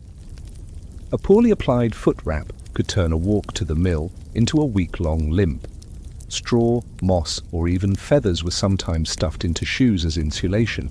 These materials soaked up sweat, then marinated quietly until removed, discarded, or replaced. The term fresh was relative. If the straw had dried overnight near the hearth, that counted. Shoes were not waterproof, leather absorbed moisture, and seams leaked. A rainy day meant soggy shoes, which meant soggy feet, which meant cold toes, and eventually a round of herbal treatments for whatever fungal empire had taken hold. People tried greasing their shoes with animal fat, beeswax, or pitch to repel water. The result was often temporary success, followed by ruined floors, sticky ankles, or goats nibbling the soles. Podiatric health was reactive. When feet hurt, they were treated. Until then, they were ignored. Cuts were cleaned with wine or vinegar. Bruises were wrapped in warm cloth. Sores were lanced and drained with knives that had also carved breakfast. There was no such thing as preventive care, unless one counted mumbling a quick prayer before stepping into a muddy lane full of broken tiles and judgment. Blisters were managed with poultices, honey and ash, mashed herbs, or bits of wool soaked in beer. The beer treatment was particularly popular, though it is unclear whether it worked or simply distracted the sufferer until the swelling subsided. For chronic foot pain, people visited local healers who prescribed warm foot baths with rosemary or thyme. Some included bloodletting on the logic that removing excess fluids would balance the body. Others simply advised rest, elevation, or, failing all else, traveling to a distant monastery rumored to possess a sandal from Saint Sebastian. Cracked heels were so common they barely registered as a problem. The skin dried, split, and healed repeatedly. Some rubbed in animal fat or beeswax to soften the fissures. Others tied pieces of raw cabbage over the area. If it worked, it worked. If not, the cabbage was repurposed for dinner and the cracks were simply endured. Toenail care was a personal matter. Nails were trimmed with knives, chipped with rocks, or bitten by those with flexible morals and a good sense of balance.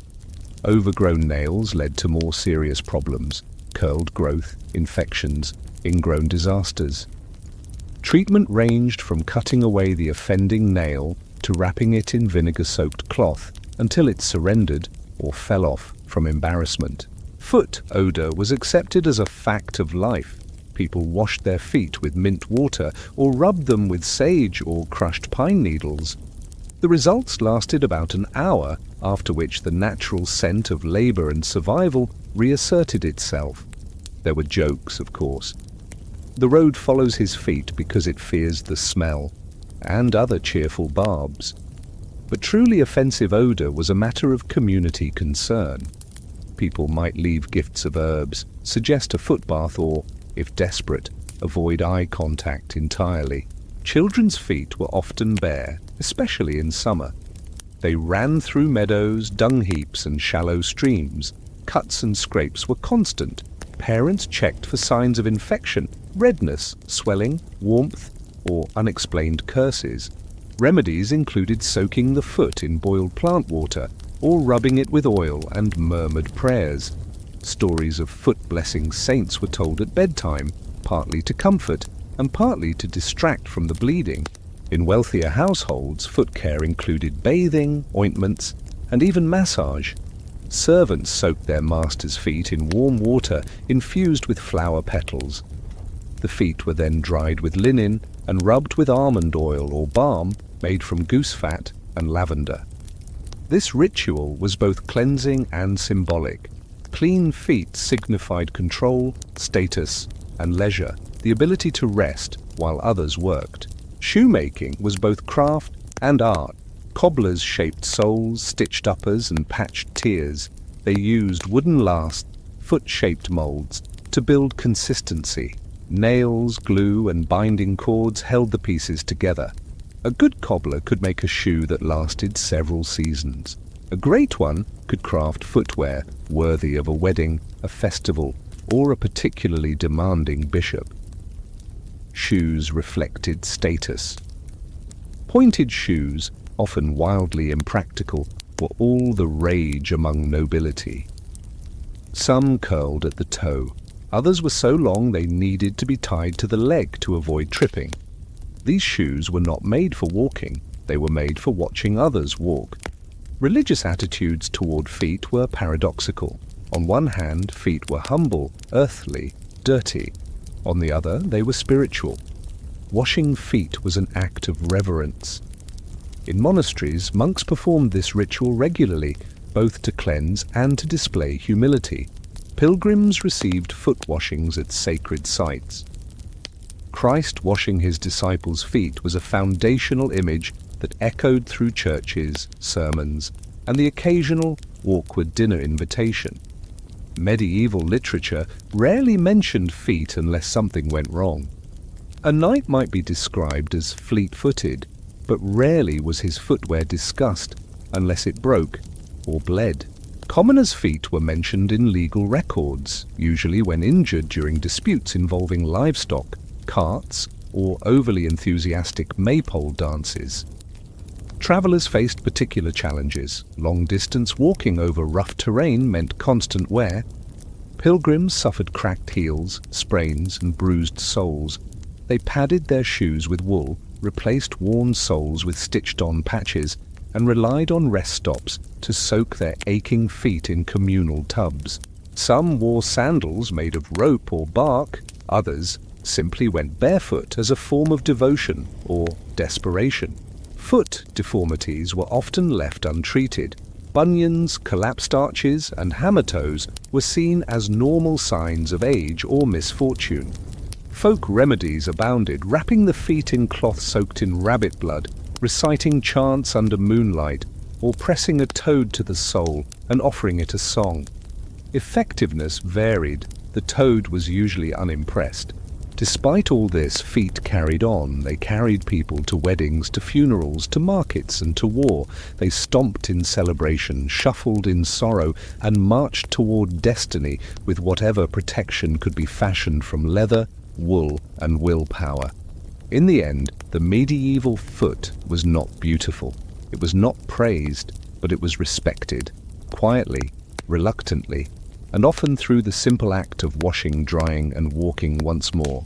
If there was one aspect of medieval life that modern time travelers would struggle with most, it might be the toilet situation, or rather, the frequent absence of anything resembling one. Bodily functions did not stop in the 1200s. They simply adapted, often in creative, unsettling, and deeply communal ways. Sanitation was more of a suggestion than a system, and privacy was usually traded for immediacy. Let us begin with the medieval equivalent of the bathroom, the garderobe.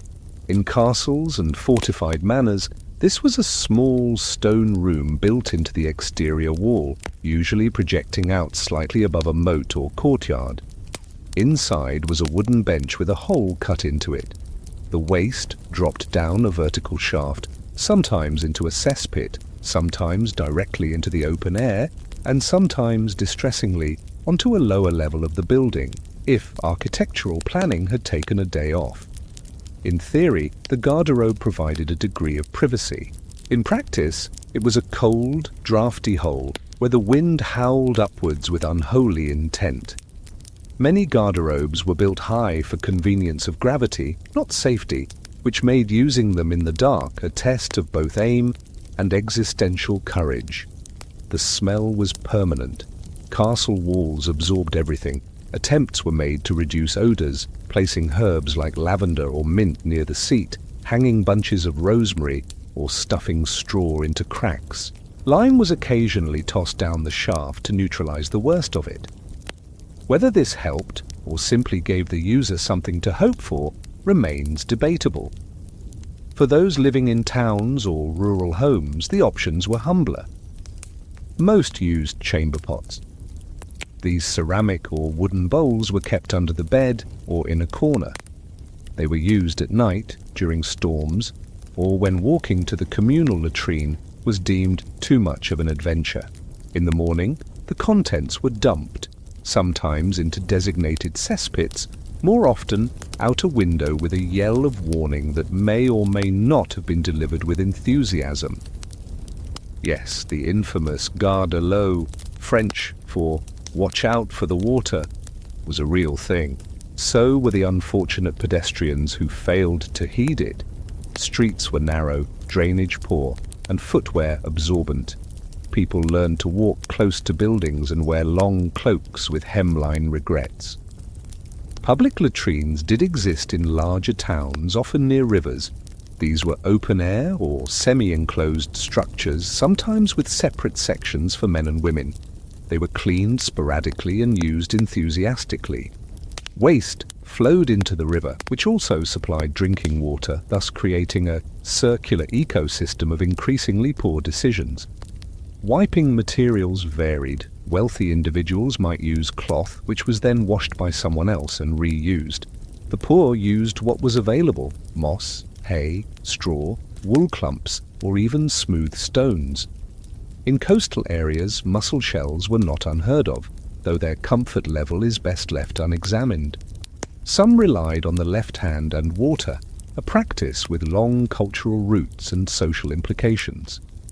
To shake with the left hand was considered offensive for a reason. Toilet paper, as such, did not exist in Europe. The idea of using paper for personal hygiene would have been seen as wasteful, especially when parchment and paper were so expensive. Books were rare. Nothing printed was considered disposable. One does not wipe with the Gospel of John, even if it is written in Latin and contains confusing grammar. The design of toilets evolved slowly. Monasteries often had communal latrines with running water channeled beneath, using nearby streams. These were among the most advanced sanitation systems of the time, and monastic rules sometimes included scheduled cleaning rotations, making them more hygienic than most noble estates. In some towns, cesspits were dug behind houses. These were covered and uncovered as needed. When full, they were emptied by individuals known as gong farmers. This was a real job, and it paid surprisingly well due to the sheer unpleasantness involved. Gong farmers worked at night, scooping waste into barrels and carting it outside city limits. They were required to live separately, often near rivers or wastelands, because the smell clung to them with remarkable loyalty. Despite their unglamorous work, gong farmers were essential. Without them, streets backed up, homes flooded, and diseases spread even faster than gossip.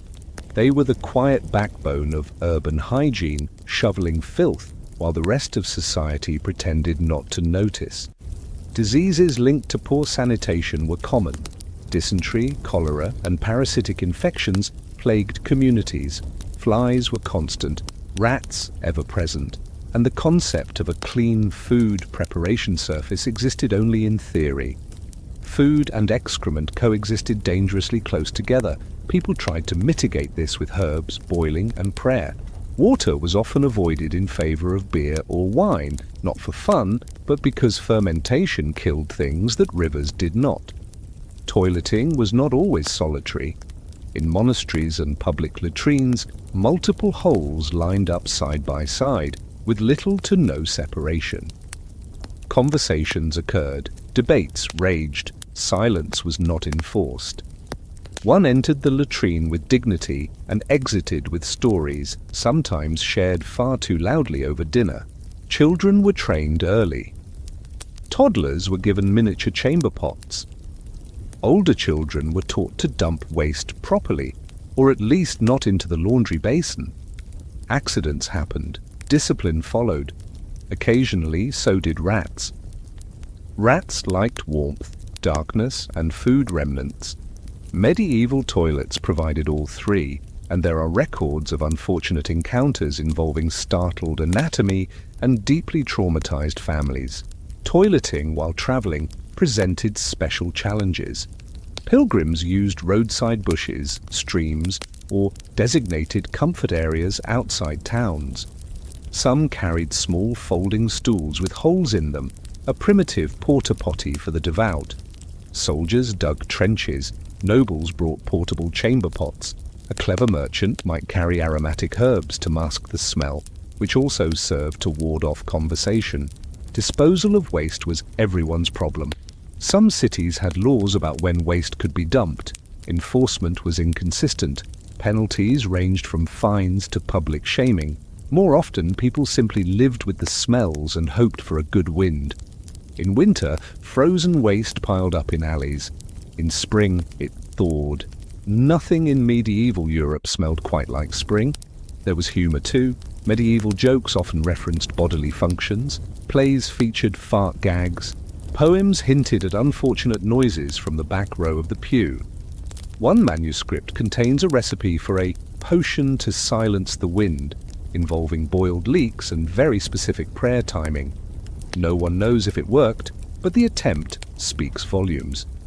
In the end, toileting in the 1200s was neither refined nor comfortable. It was pragmatic, improvisational, and remarkably effective given the tools. People did what they could.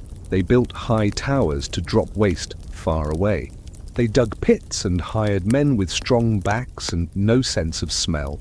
They burned herbs, said prayers, and avoided looking down too often.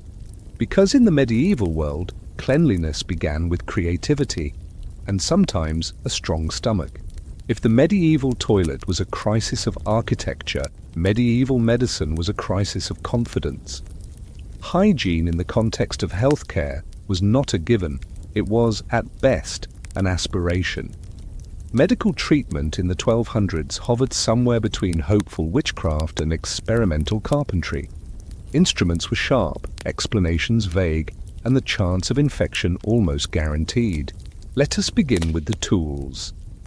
Scalpels, forceps, lancets, and needles were used repeatedly and rarely cleaned between patients. When they were cleaned, it was usually with wine, vinegar, or, if the practitioner was feeling cautious, boiling water. Boiling was a serious commitment. It meant starting a fire, fetching a pot, heating it to the point of bubbling menace, and then maybe dunking the blood-stained blade inside for a moment before drying it on a sleeve. Surgeons wore no gloves. There were no surgical gowns. They worked in tunics smeared with history. Their hands were rinsed only if visibly crusted. Blood was removed with rags, snow, or a corner of the tablecloth. Surgical surfaces, if they existed, were wooden planks or kitchen tables, scrubbed only if the last patient had been especially memorable. Wounds were packed with moss, herbs, or lint. Moss was favoured for its absorbency and availability. Honey, when accessible, was used to seal wounds and discourage infection. It worked better than many alternatives, though no one knew why. Wounds that festered were poulticed with garlic, onion, or warm bread mashed with beer. If it still smelled wrong after that, it was time for prayer. Leeches were standard fare. Physicians kept them in jars, ready to apply at the slightest mention of excess blood. Leeches did not care about the reason, they just latched on and did their work. They were placed behind ears, on the arms, or on any spot deemed congested. They were valued companions of any serious medical toolkit, second only to knives and unchecked enthusiasm. Bloodletting charts existed. They detailed which veins to open for which ailments. A headache, right arm. Fever, left ankle, melancholy, behind the knee just in case. These charts were based on centuries of theory, artistic diagrams, and a deep faith in human fluids being the source of most problems. Cupping was also used. Horns or cups were heated and pressed to the skin, creating suction that raised blood toward the surface. This was believed to balance humours, draw out impurities, and prevent illness.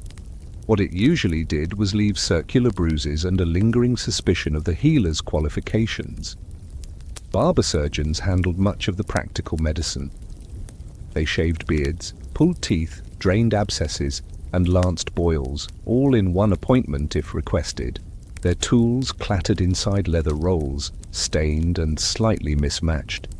They worked in markets, side rooms, and sometimes bathhouses. A good one was respected.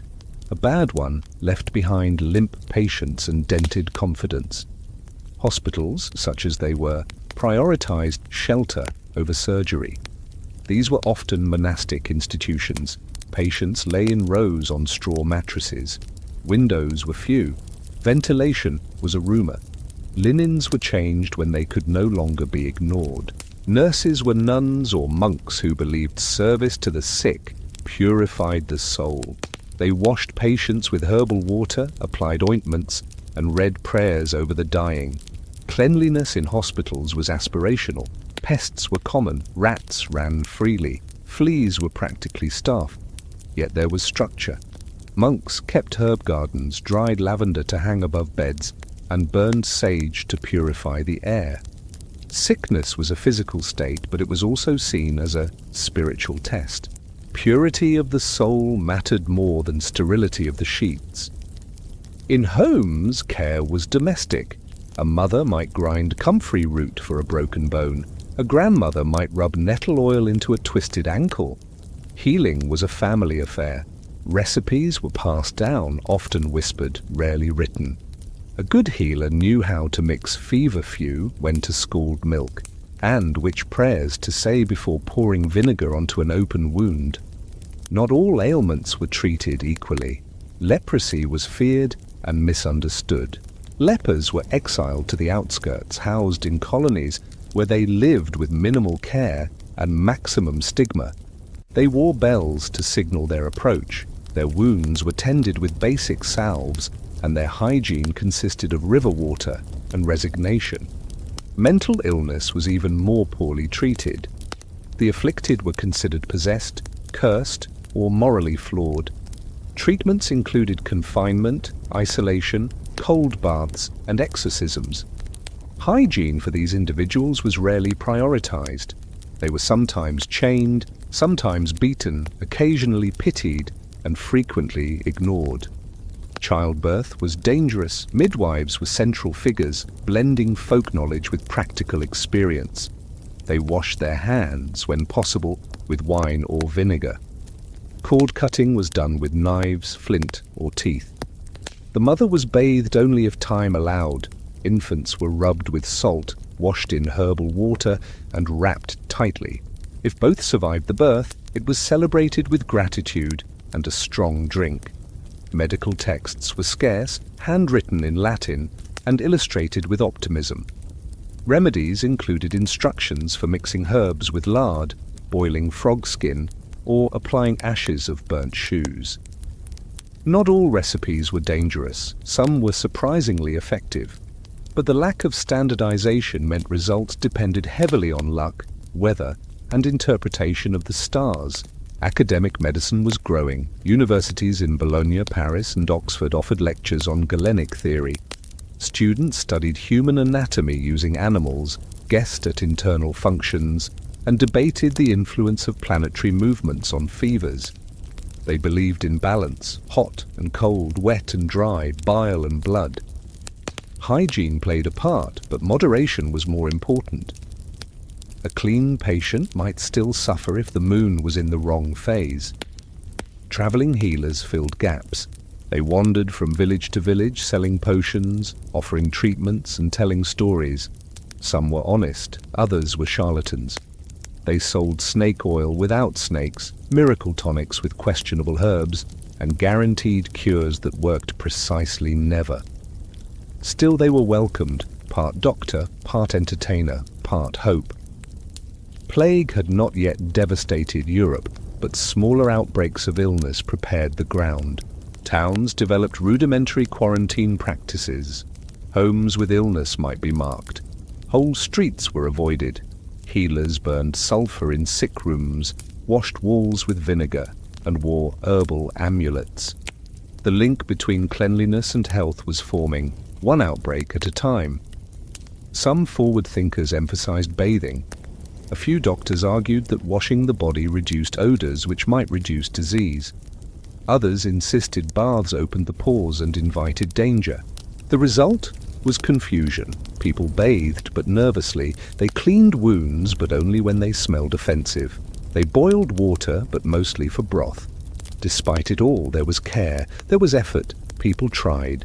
They wiped blood with cloths that were rinsed in cold streams. They gathered herbs from wild hills. They saved bandages, rewound them, and said prayers as they tightened the knot. The human body was mysterious, and hygiene was not yet science, but it was attention, tenderness, repetition. To get sick was ordinary. To be treated was hopeful. To survive was remarkable. In the 1200s, cleanliness and religion were not always about soap. Often they were about symbolism. Washing did not necessarily mean removing dirt. It could mean removing sin. A clean face could express humility. Clean hands might prepare the soul. Feet, if scrubbed, were not being sanitized so much as sanctified. Monasteries embodied this contradiction.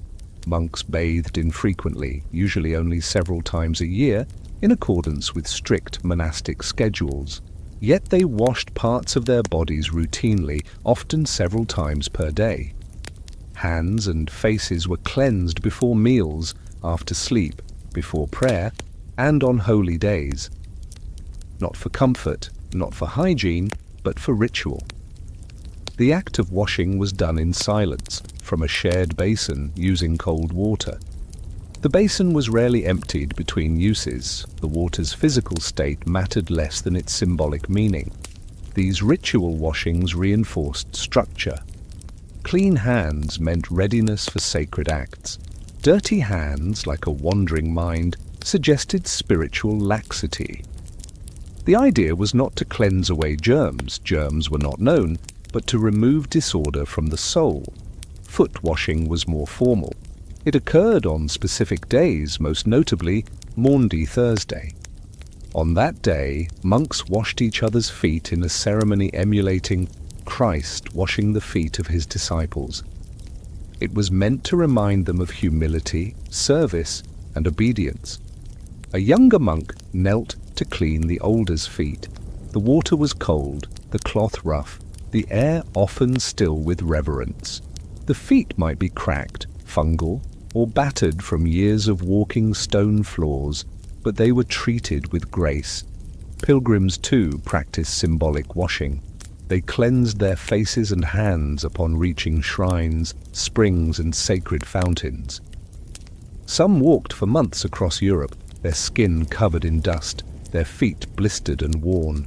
Reaching a holy site and touching water, however murky or shared, was a profound act of spiritual transition. A splash on the brow or a rinse of the palms marked arrival, not hygiene. In monasteries, large communal wash basins called lavatoria lined the cloister walks. These were stone troughs, often fed by a constant stream of water via aqueduct or cistern. Monks stood shoulder to shoulder, washing in silence, the sound of dripping echoing across the flagstones. The water flowed not for sanitation, but as a metaphor of divine grace, constant, flowing, shared. Clean garments were also part of religious hygiene. Priests wore white albs and embroidered chasubles, all of which had to be spotless during Mass. The garments were handled carefully, stored in wooden chests lined with linen, and laundered with an almost ceremonial reverence. A priest who stepped to the altar with a visible stain might not be scolded, but he might be judged by both his peers and his congregation. Clean robes meant spiritual attentiveness. Wrinkled hems could suggest distracted devotion. Yet bathing the full body was discouraged. Church teachings warned that frequent immersion weakened the body, invited sin, or stirred inappropriate vanity. To bathe too often was to risk indulgence. It was seen as a luxury of the flesh, not a requirement of the spirit. Some saints were praised specifically for their refusal to wash. St. Thomas of Canterbury allegedly abstained from bathing so thoroughly that his robes became part of his skin. This was viewed not as slovenliness but as divine detachment. Hermits and ascetics rejected washing entirely. Living in caves, huts, or makeshift shelters, they saw the body as a trap. Dirt was a reminder that the world was not eternal. Soap, warmth, comfort, these were temptations. By allowing themselves to become filthy, they testified to their faith. The worse they smelled, the more they proved their resistance to earthly pleasure. And yet, paradoxically, the Church washed the dead. Before burial, the body was cleansed with holy water, wine, or even blessed oils. The process was gentle. The limbs were sponged, the face was wiped, the mouth might be closed, the hair combed. All of this was practical. The dead decayed quickly, but it was also sacred. To clean the dead was to prepare them for divine judgment. It was the final washing, the one that sent the soul forward. Sometimes the cloth used in washing the dead was preserved. If the person was believed to be saintly, the linen might be kept as a relic. Even in death, the act of cleansing could ripple forward into veneration. Holy water had immense symbolic weight. It was sprinkled on objects, homes, people, animals. It purified the altar, warded off evil, and prepared the mind.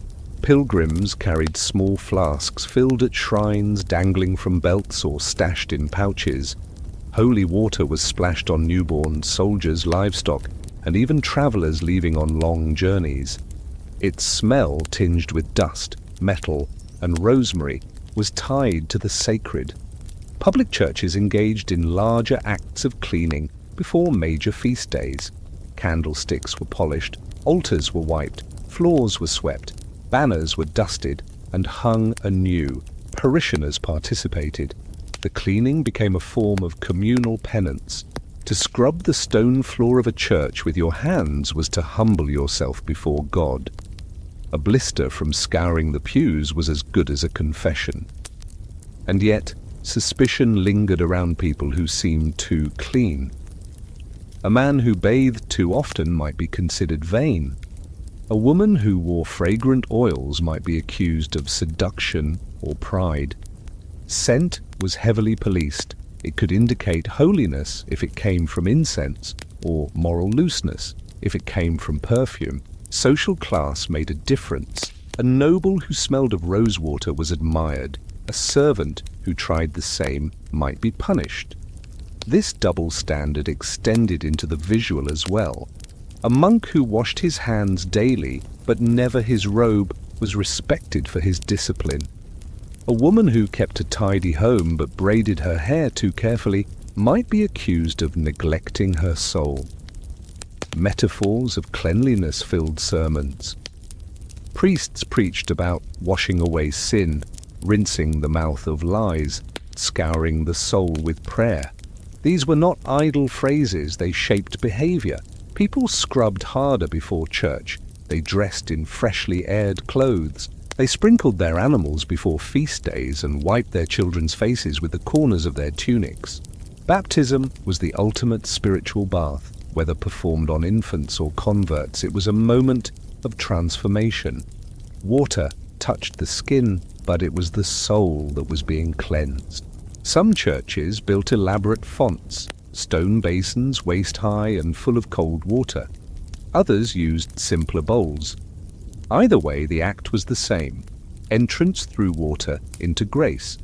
Certain pilgrimage towns installed bathhouses near the entrances to holy sites. These were basic wooden structures where weary travelers could rinse off before approaching relics. Soap was optional, so was modesty. But the intention mattered. Washing became part of the devotional act. One did not kneel before a saint while covered in weeks of road dust and questionable puddles. Art reinforced these ideas. Paintings and stained glass showed angels washing the feet of saints, Mary wiping the face of the infant Christ, and Christ himself kneeling with a basin before Peter. Water glowed in these images. It reflected light and mercy. It was not about cleanliness, it was about care. Cleanliness might not save a soul, but it might prepare the way. It offered form in a world of formless hardship.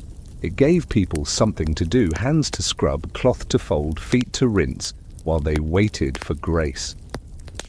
In a time when so much was uncertain, the act of washing something, anything, became a tiny victory.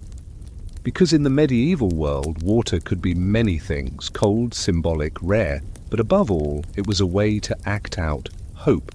The medieval market was a swirling hive of trade, gossip, livestock, mud, and, depending on the season, a pungent medley of everything that ran, rotted, or was recently butchered. Hygiene in these spaces was not absent. It simply followed a different logic, one shaped by practicality, availability, and an admirable ability to ignore smells that would drop a modern nose on the spot. Markets operated daily or weekly, depending on the size of the town. They were held in public squares or open roads and spilled into every available corner. Merchants sold vegetables beside fishmongers, while blacksmiths hammered iron not far from women peddling rushes or dried herbs. Waste disposal was a community activity in the sense that everyone participated in avoiding it. Hygiene measures were ad hoc and reactive. If the smell became unbearable, someone might toss straw on it. If the flies got too enthusiastic, someone might mutter a complaint or light a handful of dried rosemary and wave it around with half faith and full hope. Fishmongers, for instance, rinsed their stalls with buckets of water, often fetched from nearby rivers that also served as public sewers. The rinse removed scales, blood, and unwanted eyeballs, only to run into the street, mingle with horse manure, and wait for the next set of shoes. If the merchant was conscientious, they might sweep the refuse into a nearby ditch. If they were not, it remained, gradually liquefying into the street soup that defined many town centres. In warm weather, the odour was robust. In winter, it simply froze in place, waiting patiently for spring. Butchers operated under similar logic. Their work produced blood, bones, and bits that defied polite categorization. Most butchers used wooden blocks as cutting surfaces. These blocks were not cleaned so much as scraped, flipped over, and eventually burned. Blood soaked into the boards, the ground, and the hands of the workers. Gloves were not worn. Aprons were rarely changed. One could identify a butcher by scent alone. By midday, the flies had established a democracy. Bakers had their own space, often hotter, more aromatic, and slightly less revolting. The smell of bread helped mask the less appetizing notes of medieval air. Bakers dealt with flour, dough, yeast, and coals. They washed their hands more frequently, at least in theory, because sticky dough clung like regret. Their ovens were cleaned by fire. Their tools were wiped on aprons. Rats and flour beetles were familiar, but rarely advertised. Food vendors selling cooked meat, pies, or stews worked in open air, often over charcoal braziers. The food was served hot, which helped kill some of the bacteria, and most of the doubts. Utensils were minimal. Bowls were made of wood or cheap pottery. Washing dishes involved rinsing them in the same barrel until the water turned opaque. Then it was changed, or just stirred. Alehouses were similarly pragmatic. Drinking vessels were wiped with cloths that had witnessed history. The ale itself was safer than water, thanks to fermentation. Patrons drank communally, shared benches, and coughed with abandon. Spoons and knives were communal. Salt was handled by fingers that had likely explored many surfaces before arriving at the table. Still, people gathered, drank, and lived long enough to do it again the next day.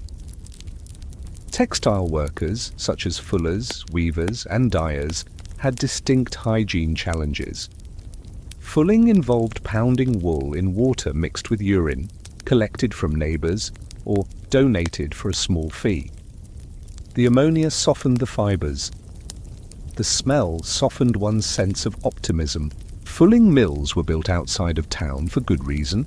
Workers stomped the cloth with bare feet, rinsed it in streams, and then laid it in fields to dry, where birds contributed opinions from above. Dyers worked with plant-based pigments, mordants, and heat. They boiled fabric in large vats, often over open fires. The water turned vibrant, then viscous, then questionable. Gloves were rare.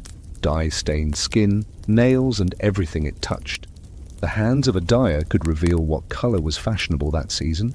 Cleaning the vats was secondary to producing the next batch. Some dyers boasted a rainbow of scars. Blacksmiths, coopers, and carpenters did not focus on hygiene unless it interfered with their work.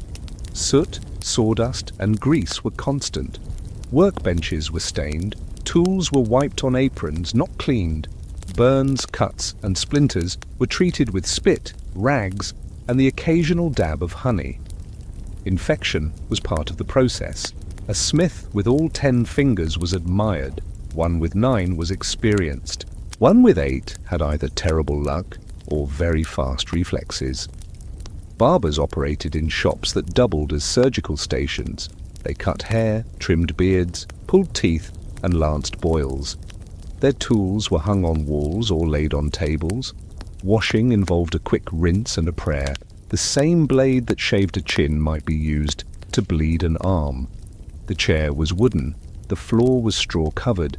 The smell was antiseptic only in the sense that it was strong enough to scare away microbes and maybe a few customers. Laundry workers faced constant exposure to filth. Clothes were soaked, beaten, scrubbed, and boiled. The water was hauled by hand. Ash was added to soften it. Soap, if used, was homemade and coarse.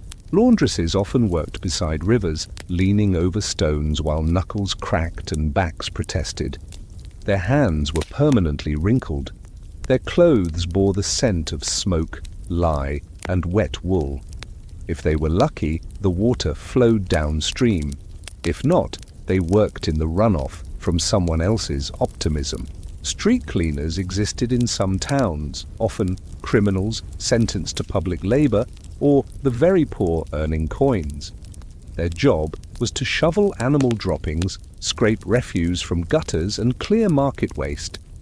They worked with brooms, rakes, and shovels, and were expected to smell like their profession. No one thanked them, but everyone noticed when they were gone.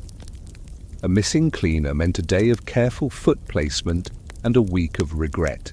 Privy maintenance was essential but unpleasant. Gong farmers, those heroic night workers, emptied cesspits beneath houses and public latrines. They hauled the waste outside the town, often dumping it into designated pits or fields.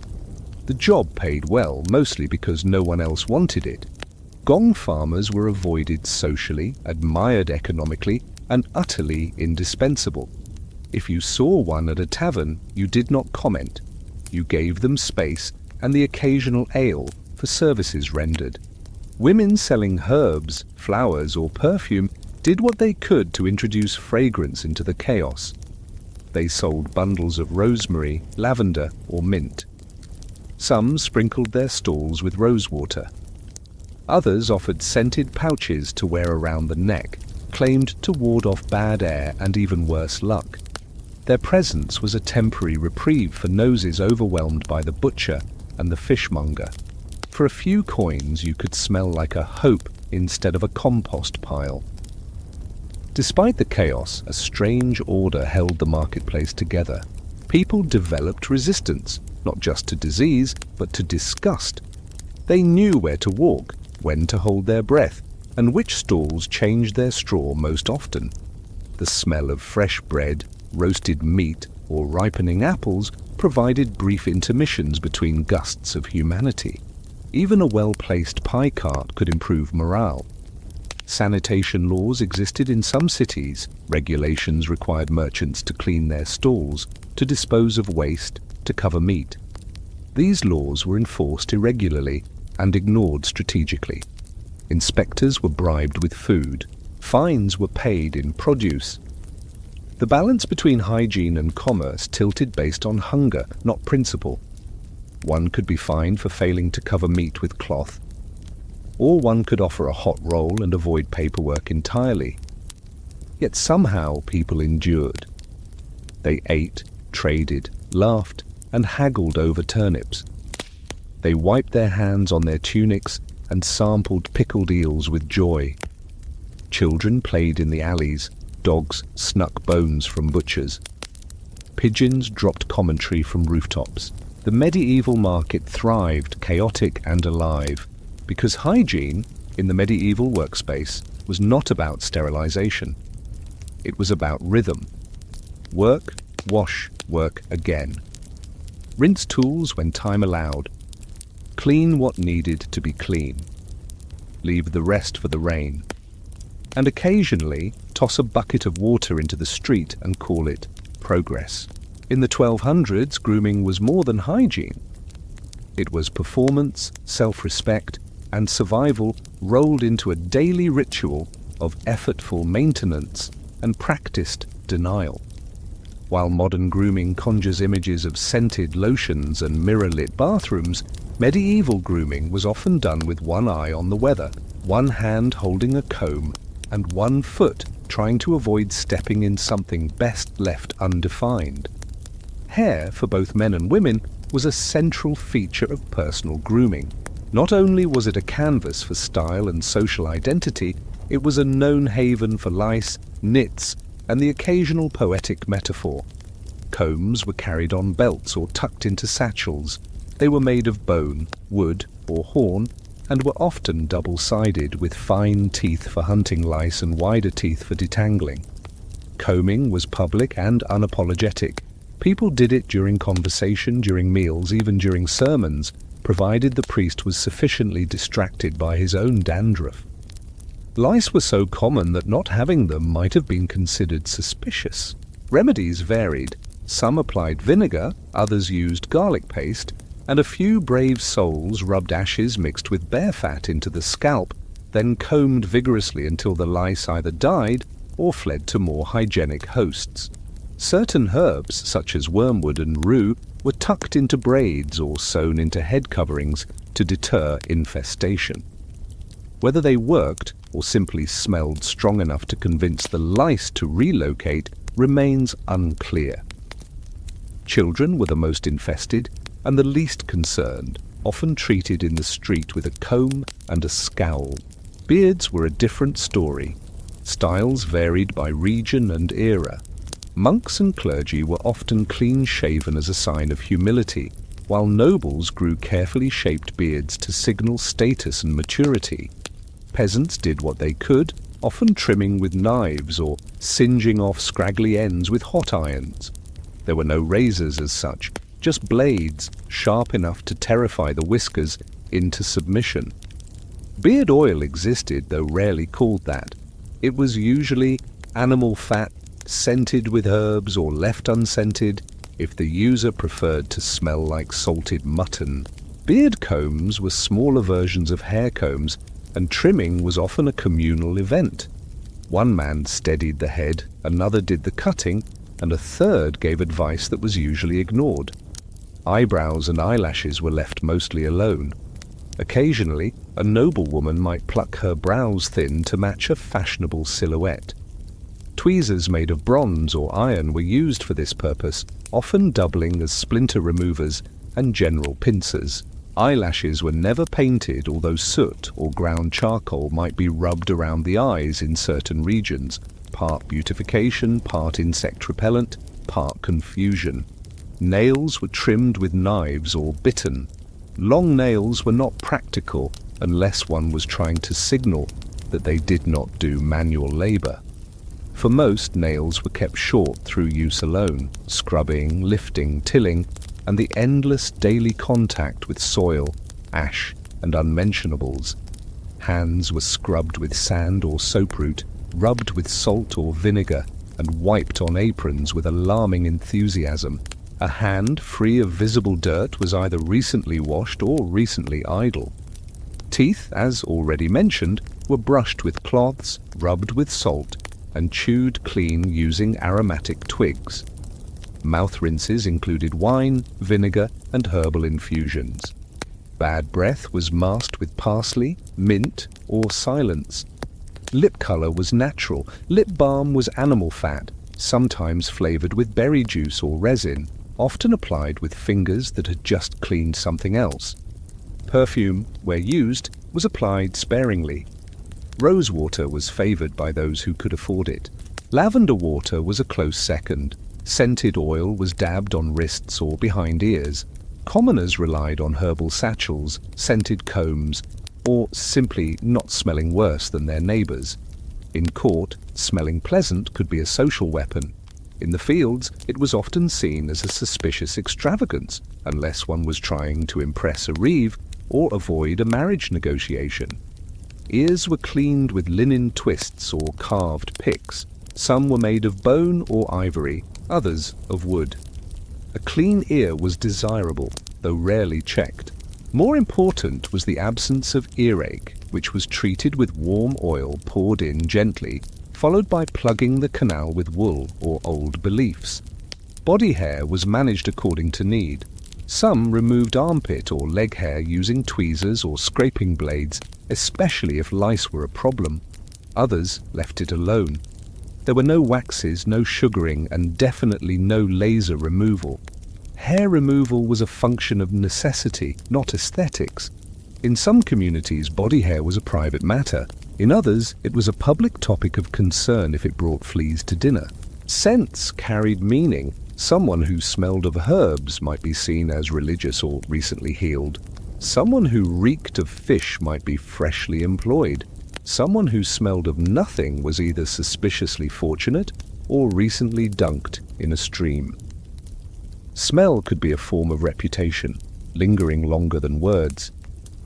In some towns, there were even rumors that certain people's breath could spoil milk or sour a barrel of beer.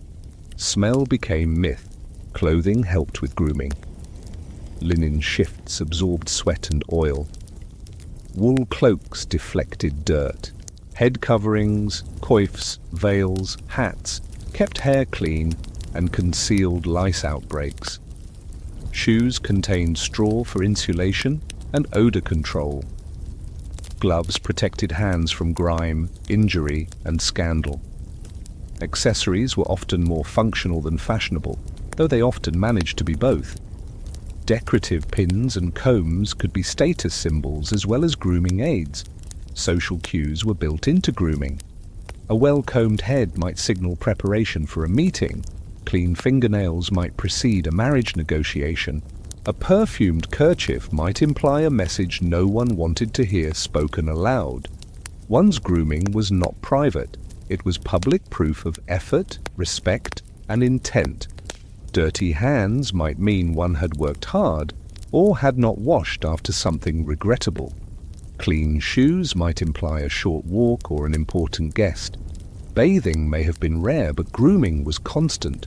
People dusted their clothes with powdered herbs, beat the dirt from their tunics and cleaned their shoes with rough cloth and spit polish. They adjusted their belts, picked lint from sleeves and straightened collars before meals. A wooden mirror might be used, polished to reflect just enough to see that a face had not disappeared. The act of checking one's reflection, even faintly, reminded people that they still existed, still had control. Children were groomed by parents, often roughly, often while squirming. Faces were wiped with damp cloths. Hair was combed with stiff brushes or sharp fingers. Hands were checked for grime. Ears were twisted if disobedient. Cleanliness was part of discipline. A clean child was a visible sign of responsible parenting, or at least a recent scolding. Children learned early to hold still, to present themselves decently, and to avoid rolling in mysterious puddles. Among the wealthy, grooming could be theatrical. Servants brushed hair, trimmed nails, and washed feet. Ladies sat for hours having braids woven, coifs adjusted, or perfumes layered. Men might have their beards styled, nails cleaned, and garments brushed while discussing politics or poultry. It was not just grooming. it was choreography. The body became a tableau of order and resources. Grooming was seen, discussed, and occasionally envied. Among the poor, grooming was quick and functional. A splash of water, a comb through the hair, a wipe of the hands and out the door. Tools were shared, advice was shared, fleas were shared. The goal was to look presentable or at least not contagious. Grooming became a community effort. Neighbors helped braid each other's hair, delouse children, or lend a knife for trimming a wayward mustache. Despite the limited access to baths and the many barriers to consistent cleanliness, medieval people cared deeply about how they appeared. Grooming was not vanity, it was survival. In a world where disease lingered, where first impressions mattered, and where status could be seen in the sheen of a belt buckle, grooming was a daily necessity. It was not just about looking good, it was about saying, I am still trying. Because in the medieval world, effort was everything. Clean fingernails might not stop a plague, but they might earn respect. A combed beard might not guarantee a job, but it might secure a conversation. A wiped nose, a brushed tunic, a half-washed face. These were not just signs of decency. They were declarations of hope. And sometimes that was enough. By the end of the 1200s, public health was not yet a profession, but it was increasingly a concern. People had no microscopes, no germ theory, and no centralized system of sanitation.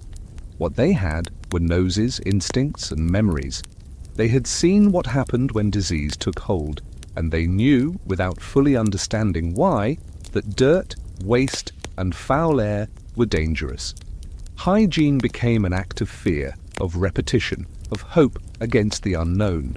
Before the Black Death arrived in the following century, smaller outbreaks of illness regularly swept through towns and villages. Dysentery, fever, ergot poisoning, and other afflictions could decimate a family or cripple a community. When disease struck, people turned to the tools they had: smoke, prayer, herbs, and distancing. It was not quarantine in the modern sense, but the logic was similar. Avoid the sick, burn what could be burned, and wash what could be reached.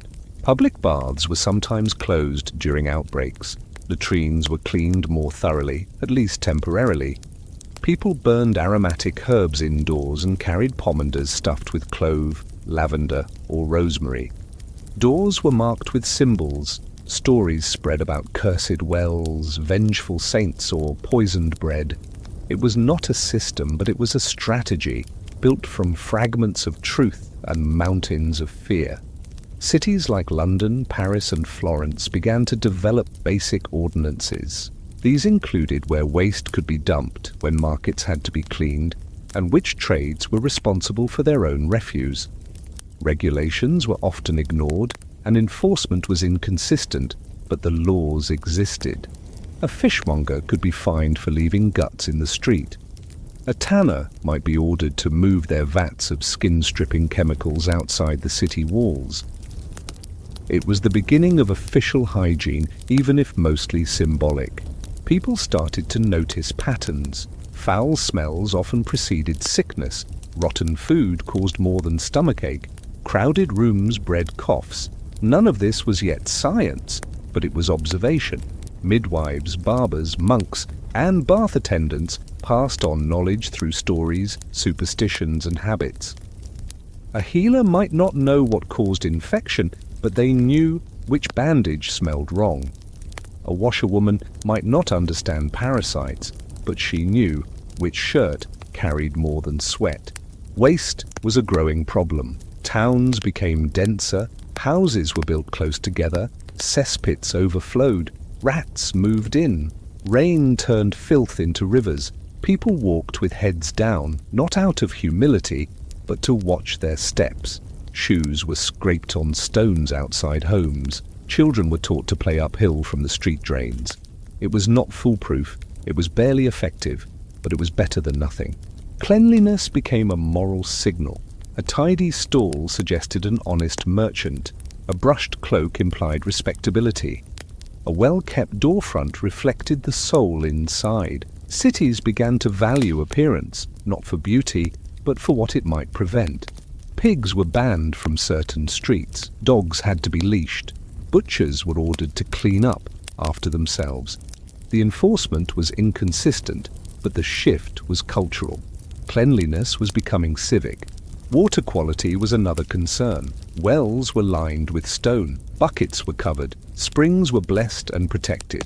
People who polluted shared wells could be fined or publicly shamed. Beer and wine remained safer than water, not because they were cleaner when stored, but because the brewing process eliminated many of the invisible threats. Children drank weak ale. Adults drank stronger versions, not for pleasure alone, but for preservation. In churches, cleanliness took on an additional urgency. Illness was seen as a judgment. A dirty church might be considered spiritually suspect. Floors were swept, pews wiped, fonts scrubbed. Holy water was refreshed regularly. The altar cloths were washed, aired, and checked for vermin. Hygiene became holiness. Purity of space was equated with purity of worship. A clean church was not just a symbol, it was a shield. Plague had not yet arrived in full force, but rumors of great dying had already circulated from distant lands. People were afraid. A cough in the wrong setting could clear a room. Families buried their dead with haste. Clothes were burned. Rooms were sealed.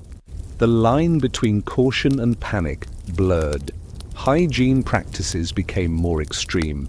People washed with vinegar, wore layers of perfumed cloth, and fasted in hopes of divine protection. Fear sharpened their habits. The invisible enemy was met with visible effort. Some towns appointed wardens to monitor health. They walked streets, inspected homes, ordered cleanings, and occasionally shut down bathhouses or bakeries. They were resented, bribed, or obeyed, depending on the season. Their tools were few. Their understanding was limited. But their presence meant that the idea of public health was stirring. These wardens did not wield stethoscopes or wear uniforms. They carried wooden staffs and heavy lists. They spoke with the authority of experience and, occasionally, the scent of cloves to mask the stench of their rounds. In rural areas, cleanliness was more tied to nature. Villagers washed in streams, dried laundry in sunlit fields, and swept dirt floors with stiff brooms. Manure was managed with pitchforks and caution. Herbs were hung in doorways, burnt in corners and sprinkled in shoes. Animals were kept outside or inside, depending on the weather and the size of the household. It was not pristine, but it was ordered. A home might smell of smoke and wet straw, but it did not mean neglect. It meant function. Folk remedies emerged to fight invisible illness. Some wore toad bones in pouches around the neck. Others carried written charms bathed in dew on midsummer morning, or placed garlic on window ledges. Illness was seen as both physical and spiritual. Cleanliness, therefore, straddled both realms. A body could be purified by washing. A home could be purified by ritual. A town could be purified by procession. Healers advised spiritual cleansing alongside physical washing. A sick person might be bathed and confessed in the same breath. A fast might be prescribed not for digestion, but for purification. Illness was treated with holy water and herbal tea, with poultices and penance. If all else failed, the priest and the barber worked together, the one for the soul, the other for the limb. Cultural attitudes toward cleanliness hardened. Laziness was equated with uncleanliness. A family who neglected to sweep their stoop might be assumed to neglect their faith. Clean clothes, even if patched, signaled diligence. Even small gestures mattered. Shaking straw out of shoes before entering a church, wiping soot from one's face before a meal, brushing crumbs from a tunic before confession. Guilds began to regulate aspects of hygiene in their own ways. Tanners were pushed to the outskirts. Butchers had assigned dumping grounds. Barbers were expected to maintain clean tools, though the definition of clean remained loose. Merchants selling food had to cover their wares. Bakers cleaned ash from ovens. Brewers scoured barrels. These were not yet health codes, but they were the precursors. They were signs of a society beginning to acknowledge that order mattered. Despite the inconsistency and the superstition, people tried. They developed habits. They lit herbs in sick rooms. They avoided meat during fast days and aired their bedding in winter sun. They scraped waste from doorsteps and filled barrels with rainwater. They sewed herbal sachets into cloaks. They rinsed their hands in basins before meals. Not always, not everyone, but enough to matter. Cleanliness did not cure. It did not prevent outbreaks or stop plagues, but it provided structure. It offered comfort. It allowed people to believe they had some control. A mother brushing her child's hair before market. A merchant wiping his stall with damp cloth. A baker sweeping ash from the oven floor. These were not grand acts, but they were repeated every day. And in that repetition, a new kind of order was born, because in the 1200s, health was fragile, dirt was everywhere. But so was discipline. People could not see the enemy, but they could sweep, scrub, sprinkle and soak. They could try, and sometimes trying was the only medicine available. The fire has long since burned low, the markets emptied, and the footsteps that once echoed through muddy streets have faded into silence. The 1200s are behind you now, faint outlines on parchment, quiet gestures in candlelight, the slow rhythm of a world held together by repetition and resolve.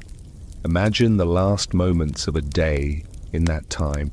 A woman leans over a wash basin in the corner of her home, the water cloudy, her fingers stiff. She hums softly to herself, brushing dust from her child's cheeks, smoothing his hair with a hand that has wrung out linen and carried bundles of rushes from the market. There is no soap left, but the act matters. Across the town, a baker wipes flour from a bench with the corner of his apron, not because anyone will see it, but because tomorrow will begin again, and the bench should be ready. The smells are quieter now, the smoke has settled, the herbs in the rafters have dried to crisp paper. The vinegar water that once scrubbed a wound or polished a pew has long since been poured away. There is still dirt beneath fingernails, still lice in the braids, still the faint aroma of sheep in woolen cloaks, but the worst has been managed. The basin has been emptied, the straw has been shaken, the candle has been trimmed. They tried. That is what lingers in the stillness, effort, not perfection, habit, not glamour. In the face of illness, in the absence of certainty, they combed, scrubbed, swept, and stirred. They did not always know why, they only knew they must. And now, as your own room grows quiet and your thoughts dim, let those rhythms carry you gently. Let them settle behind your eyes, soft and slow. The comb moving through hair, the cloth brushing a cheek, the hush of water being poured. Sleep well. As the night falls and the stars begin to twinkle above, it's time to wind down and embrace the peaceful stillness of the evening. Remember, tomorrow is a new day full of endless possibilities, so let go of today's worries and drift into a restful sleep. May your dreams be sweet, your mind at ease, and your heart full of calm. Sleep well. Recharge and wake up refreshed for whatever adventures the next day may bring. Good night, and may you all sleep peacefully under the stars. Sweet dreams, everyone.